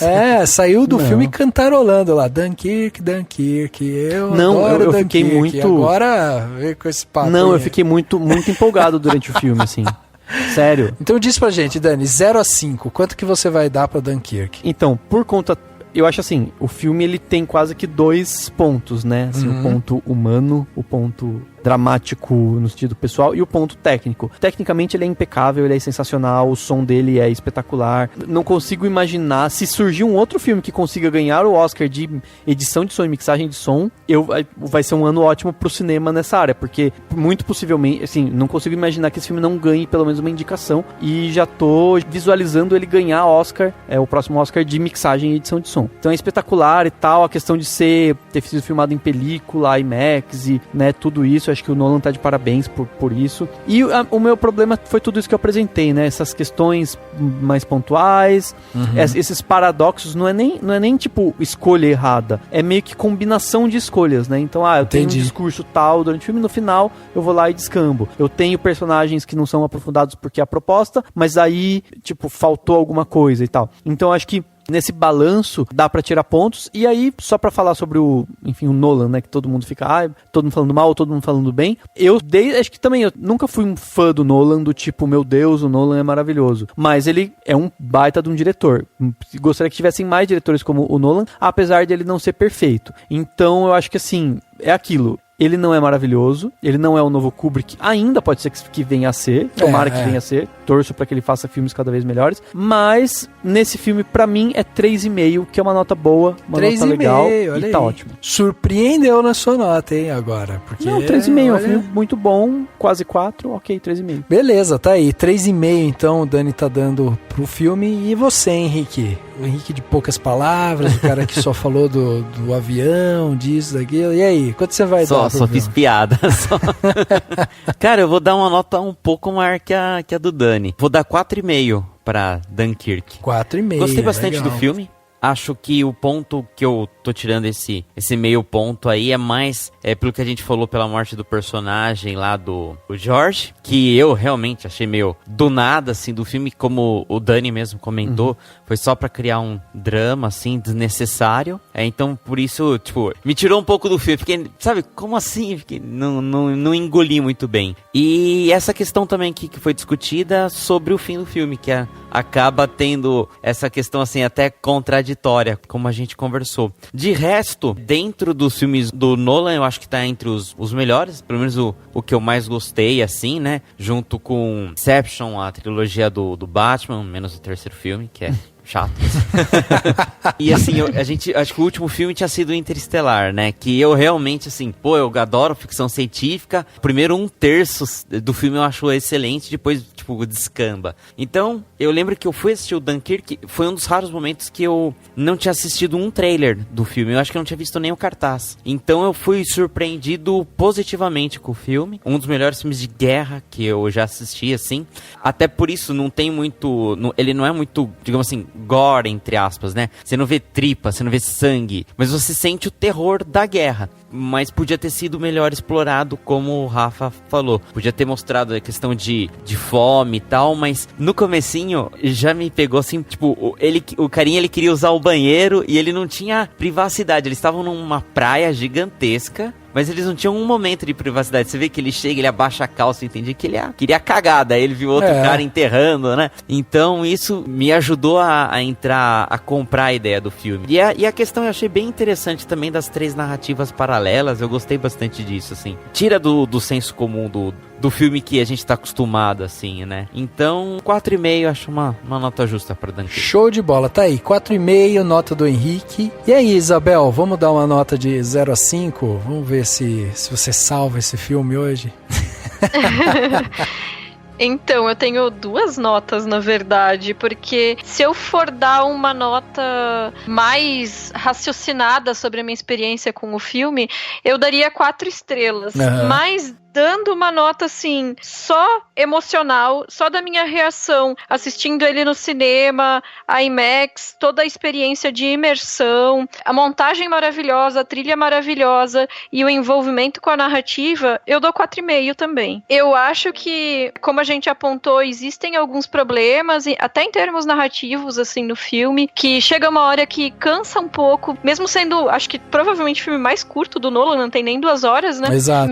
Mesmo sendo curto, 1 hora só, a sobrevivência por si só, ela cansa um pouco. Eu queria saber um pouco mais, porque são muitos atores fodas, então, às vezes, eu gostaria de ter um pouco mais de conhecimento sobre esses personagens, mas avaliando pelo que me foi oferecido e não pelo que poderia ter sido, como material cinematográfico, eu dou 4,5, assim, porque é um filme muito bem executado, com todos esses problemas que a gente apontou, mas que são problemas mais no sentido do e se, né? E aí, uma coisa que eu fico pensando, assim, só divagando, assim, ainda pensando sobre o Nolan como diretor, é que eu fico curiosa se em algum momento ele vai dirigir algum filme que nem ele e nem o irmão dele roteirizem, porque eu realmente acho que é provável que ele deve se achar muito foda, mas assim, ele tem as suas limitações como roteirista, e ele tecnicamente, na direção, é muito mais seguro do que tá fazendo. Então, talvez ele conseguisse um resultado melhor, com menos limitações, se ele ousasse dirigir uma obra que não fosse escrita por ele. Então, sei lá. Mas aí, de novo, entrando no campo do AC, né? O irmão dele que é uma das cabeças por trás do Westworld, que é super legal. Sim. A série da HBO. Fenomenal. Eu entendo isso, vou emendar aqui com minha nota já, que a Isabel carimbou aí, né, um 4,5. Eu acho assim, Isabel, até você falando me veio na mente, né, a gente viu os últimos filmes do Nolan, que foi, a gente pode colocar aqui, né, ele teve um documentário, um curta documentário e tal, mas eu vou pular ele, que foi feito em 2015. Mas em 2014 a gente teve Interestelar e a gente teve o último filme em 2012 da trilogia do Batman, né. A trilogia do Batman e Interestelar foram escritos por ele em parceria com o Jonathan Nolan. E aí agora chegou um momento em que eles seguiram caminhos diferentes, não que brigaram nem nada, mas assim, o Jonathan Nolan se envolveu com Westworld, que daí é uma série televisiva da HBO, que a HBO tá colocando muita grana porque quer que ela seja a próxima Game of Thrones, né, deles. Então, a série é ótima e tem um quê roteirístico ali muito interessante, que a gente vê aonde que o Jonathan Nolan pode ir. Tá vendo o que eu falei no começo do podcast? Pois é, interessantíssimo. O Jonathan Nolan é realmente um pequeno gênio da parte de roteiro, é incrível o que ele faz. Agora, quando a gente para pensar nessas últimas obras do Nolan, ele tem se repetido justamente pelas falhas nos encerramentos, né? A gente vê Interestelar, é um filme que tem 2/3 do filme que é muito bom e o final é altamente duvidoso, assim, tipo, tem horas que, é muito legal, tem outra hora que, totalmente confuso e tal, então não fica legal. O último filme, né, do Batman também tem seus problemas narrativos e tal, algumas soluções fáceis também, então ele acaba escorregando muito nesse final. Talvez seja até um amadurecimento dele como roteirista e tal, que ele precise passar por isso. E aí, uma coisa que me chamou muito a atenção foi que quando a gente pega Dunkirk e a gente pega Interestelar teve a mão do Jonathan Nolan, a gente vê que Interestelar é um final muito mais filosófico, né? Você consegue discutir intenções ali. E aqui em Dunkirk a gente vê uma coisa muito mais reta, sabe? Uma coisa muito mais clichê. O discurso em off, a palavra final, o que... falando sobre o nacionalismo e não sei o que e tal. Então a gente percebe assim que o Christopher Nolan, ele tem um pouco desse problema em encerrar algumas obras. Mas eu acho, acima de tudo, que Dunkirk ele tem uma função muito interessante para esse cinema que a gente vive hoje, de grande blockbuster e tal, de trazer um filme de guerra muito mais contemplativo, e eu acho isso corajoso dele. Acho corajoso também ele fazer a montagem de uma forma não linear e ir encaixando isso. Concordo com muita coisa que a gente disse aqui, e a minha nota para Dunkirk vai ser 4.2. Eu acho que ele perde muito, justamente também porque a gente não tem a parte de representatividade, que esse é outro ponto que o Christopher Nolan precisa melhorar. Ele precisa desenvolver algumas coisas melhores. Gostaria de ver um filme dele que tivesse, né, uma protagonista mulher, por exemplo. Seria fantástico isso. O mais também, próximo entendeu? foi no Amnésia, né? Mas no Amnésia ainda não era protagonista. Não era. Tipo, a única fala de uma personagem feminina nesse filme é: tome aqui sua toalha quente. Só. Exatamente. E no Inception, que tem a arquiteta, né? A Ellen Page. Então, mas de novo, né? Ela é uma coadjuvante. O filme gira em torno do Leonardo DiCaprio e tal. Então, assim, né, falta uma protagonista, falta ele tentar trazer um pouco mais disso. Eu acho que isso é uma falha considerável, principalmente nos tempos que a gente vive hoje. Então, se a gente pegar aqui o 4,5 do Henrique, o 3,5 do Dani, meu 4.2 e o 4,5 que a Isabel deu, o Cinemação tá carimbando aqui pra Dunkirk 4.18. É esse a média que temos aqui. Então é um filme acima de 4, um pouquinho, né? Que é um filme ótimo. Então vale a pena pra você que não foi no cinema, ir pro cinema. Se já saiu do cinema, espera um pouquinho, daqui a pouco chega aí, você vai poder assistir de uma outra forma e tal. Certamente é um filme que merece ser pelo menos analisado, né? Pra quem gosta de cinema, né? E toda a questão, tá todo mundo falando, não deixa de ser verdade. Ele é um filme, o próprio Nolan é um defensor de que as pessoas vejam no cinema, que a experiência é completa. Ele grava em IMAX, né, porque foi gravado em IMAX, em película, etc. Então, assim, vale a pena mesmo ir ao cinema, mesmo que não tenha um IMAX perto de casa, porque não é todo mundo que tem IMAX na esquina, porque, né, apenas em algumas capitais. Independente disso, acho que ele é válido e é assim, quem for ver ele em casa, de alguma maneira, tentar ver com a melhor qualidade possível, porque realmente você perde bastante vendo ele, sei lá, no seu celular, pelo amor de Deus, sabe? Ele não foi feito pra isso, né?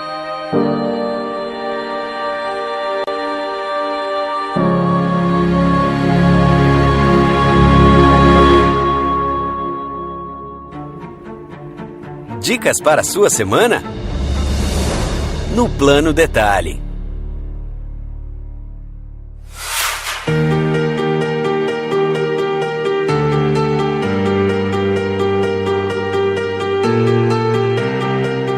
Chegando naquele momento gostoso aqui do podcast, momento relax, quando a gente dá aquela dica que vai transformar a vida dos nossos ouvintes em algo melhor, né? Afinal de contas, estamos aqui para isso, para transformar vidas. Não é isso, Daniel?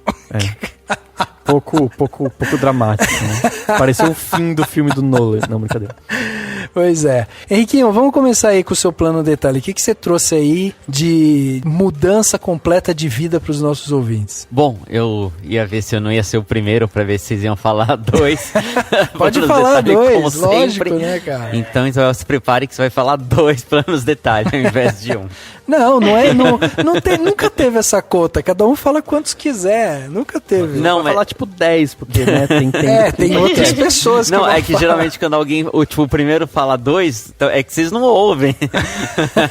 Mas todo mundo acaba falando 2, assim, pra compensar. Mas então, o primeiro vai ser dentro do tema, que eu vou indicar o canal do YouTube do Nerdologia, especificamente o episódio que é do Nerdologia 254, que fala da Batalha de Dunkirk. E provavelmente foi lá que eu ouvi aquela questão dos aviões, que eu falei, que eles pulavam no chão e tal. Então não é que eu inventei.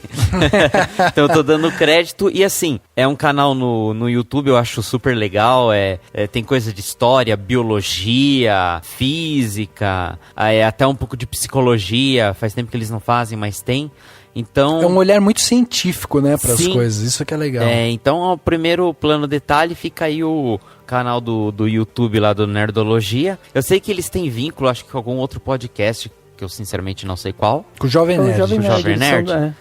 Xadrez verbal também, né? Xadrez verbal, o Felipe faz, né, a parte do Nerdologia de história. Então maravilha. Então fica aí a dica. E o segundo plano detalhe vai ser no lançamento de um quadrinho nacional, que é o lançamento do Comunhão, que é a segunda graphic novel do Felipe Fogozzi. Quem não está lembrado, ele é um ator, ele participou de algumas novelas da Globo, da Record. O Daniel lembra dele do A Fazenda, porque o Daniel, para todos saberem... Eu não acompanhei A Fazenda. Ele é um grande fã de A Fazenda. A Fazenda do Felipe Fogozzi eu não acompanhei, mas eu acompanhei as outras. A da Gretchen foi a melhor.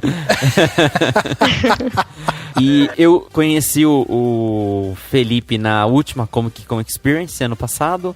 Quando ele tinha já lançado o Aurora, e ele foi super receptivo, ele tava lá na editora, até ele tava sozinho, então eu tive a oportunidade de conversar com ele um pouco. É um cara super gente boa, que eu faço questão de apoiar, e além de ser consumidor, sim, de quadrinhos, dá apoio pra esse novo quadrinho. Então o Comunhão, ele, acho que dá pra comprar, tem alguns sites, acho que é Loja Geek, talvez esteja vendendo, conta mais ou menos a história assim, de um grupo de pessoas que fazem tipo corridas em trilhas, né, uma equipe, que elas vêm para um evento aqui no Brasil, e depois que sai a mídia vai embora, eles resolvem assim, fazer uma corrida entre eles.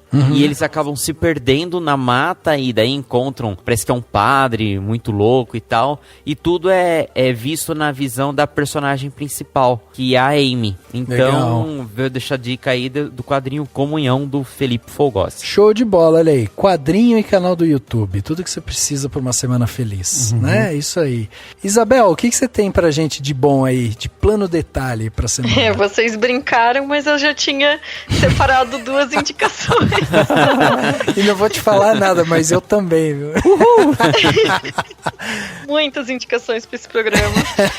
Então, a primeira indicação eu já tinha mencionado antes, era o filme Desejo e Reparação, do Joe Wright, que por um acaso é um diretor que eu gosto muito. E esse filme é maravilhoso, protagonizado pela Keira Knightley e o James McAvoy, e tem um pedaço da trama que se passa em Dunkirk. E é um filme lindíssimo, tem figurino da Jacqueline Duran, que é uma das minhas figurinistas preferidas da vida, assim.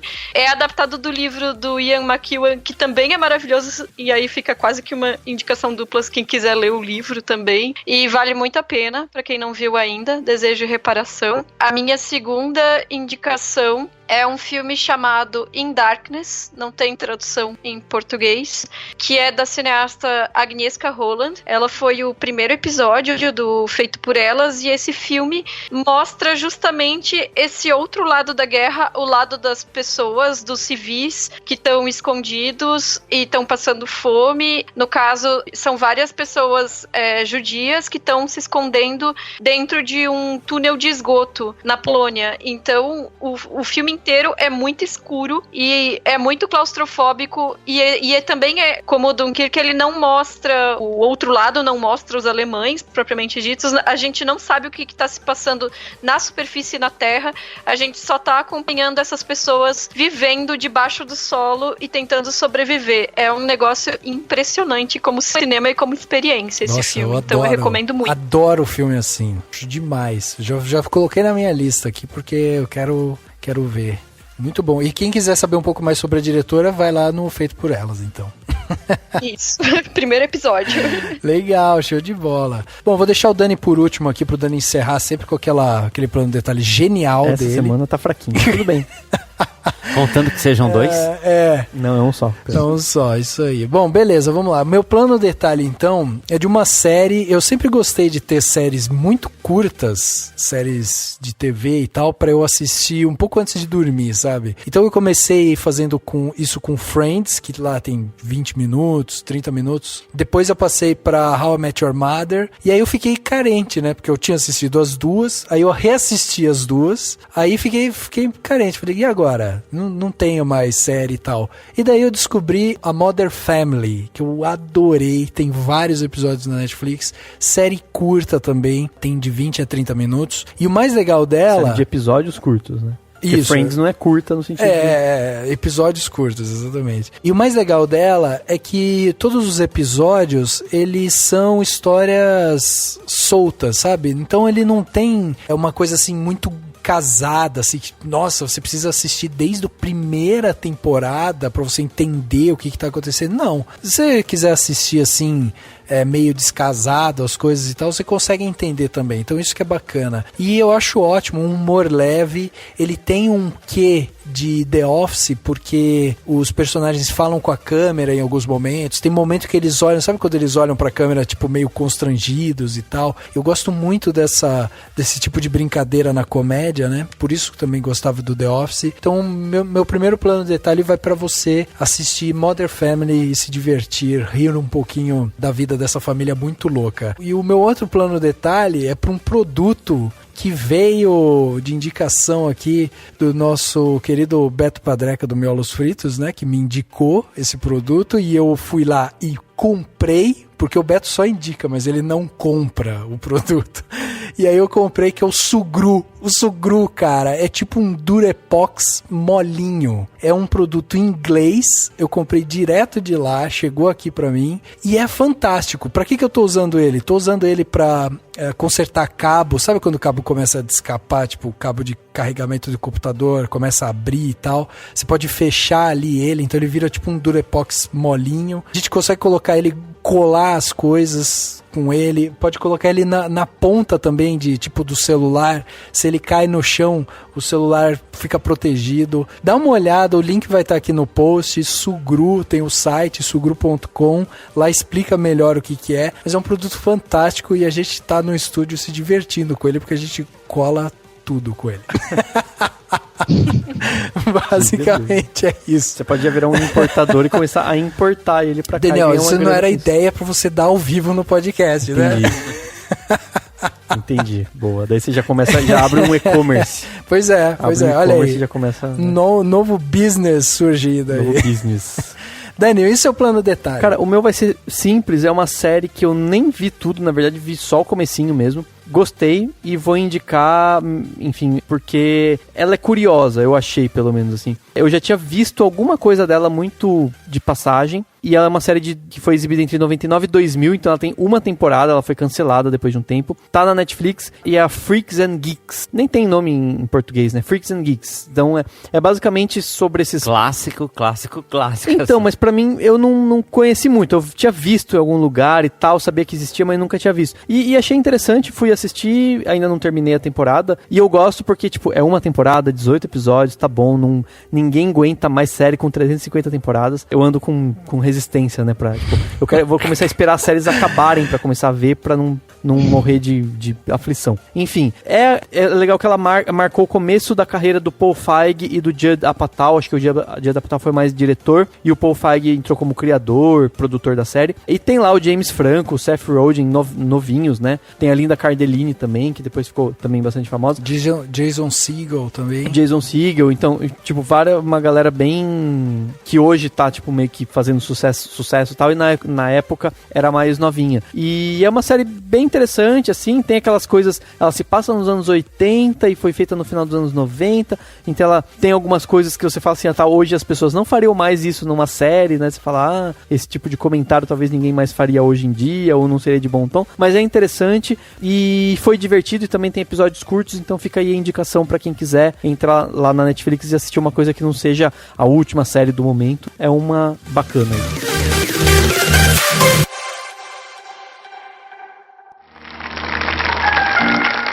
J'attendrai le jour et la nuit, j'attendrai toujours. Chegando aqui no final do nosso podcast 239, falamos aqui sobre Dunkirk, um papo muito bacana sobre um filme de Segunda Guerra. Fazia tempo que a gente não falava aqui sobre Segunda Guerra, né? Acho que o último filme foi justamente o filme do Mel Gibson, né? Até o Último Homem. Até o Último Homem, é. Então, muito legal a gente ter aqui a presença da Isabel, uma especialista em Segunda Guerra, né, Isabel? Só que não. Igual a gente, não somos especialistas em nada aqui. Isabel, queria que você deixasse um convite para as pessoas que estão escutando a gente, que possam querer descobrir mais aí sobre o seu trabalho, né? Como que te encontram, onde que você tá, como que fazem para falar com você... Como que faz? Bom, primeiro eu tô no Feito por Elas, que é o projeto justamente como vocês mencionaram, que foi criado por mim e pela Angélica, que é visando divulgar o trabalho das mulheres no cinema. Os nossos podcasts são sobre as filmografias das diretoras, né? Então, se quiser ouvir lá, a gente tá sempre, é quinzenal, analisando as obras de algumas diretoras, é bem interessante. Depois, eu sou muito ativa no Twitter, então quem quiser me seguir no Twitter é @ivitman, é bom deixar por escrito no post, mas é tipo I de Isabel e meu sobrenome. Legal. E é isso, assim, no mais, tô por aí escrevendo algumas coisas de vez em quando, mas aí se me seguir pelo Twitter, tá sempre aparecendo por lá. Legal, show de bola. Então eu queria agradecer a sua presença aqui no Cinemação, foi demais, adoramos ter você aqui com a gente. Vamos chamar mais vezes. Com certeza, já prepara aí o gogó, porque a gente vai te trazer aqui mais vezes, porque gente boa e talentosa a gente sempre traz pra perto da gente pra tentar aprender alguma coisa com vocês. E vamos deixar o link da participação dela no Matildas, né, o pessoal ouvir. Também, o pessoal ouvir lá, porque falam, né, entrevistaram a Isabel, você vai saber tudo sobre a vida da biografia Isabel. Dela. Pois é, então muito obrigado, Isabel. Não. Muito obrigado mesmo. Esse convite foi muito legal. Legal, que bom. Tchau, tchau, Isabel, Rafa, Dani, brigadão por me chamar mais uma vez. E até o próximo, né? Isso aí, valeu Henrique, valeu Rafa, valeu Isabel, brigadão. E eu tô feliz, hoje eu tô muito feliz porque finalmente eu sei o que é um mole depois do Dunkirk. Como Lembra assim, do mole? cara? Eu aprendi o que é um mole, é aquele lugar de pedra lá que as pessoas ficavam esperando lá, é um mole. Também conhecido como pier. Não, é um mole. Pier é outra coisa, aquilo lá era um mole. Entendi, muito bom. Dani sempre encerrando de maneira muito cultural. O podcast Cinemação 239 fica por aqui e a gente se vê no próximo.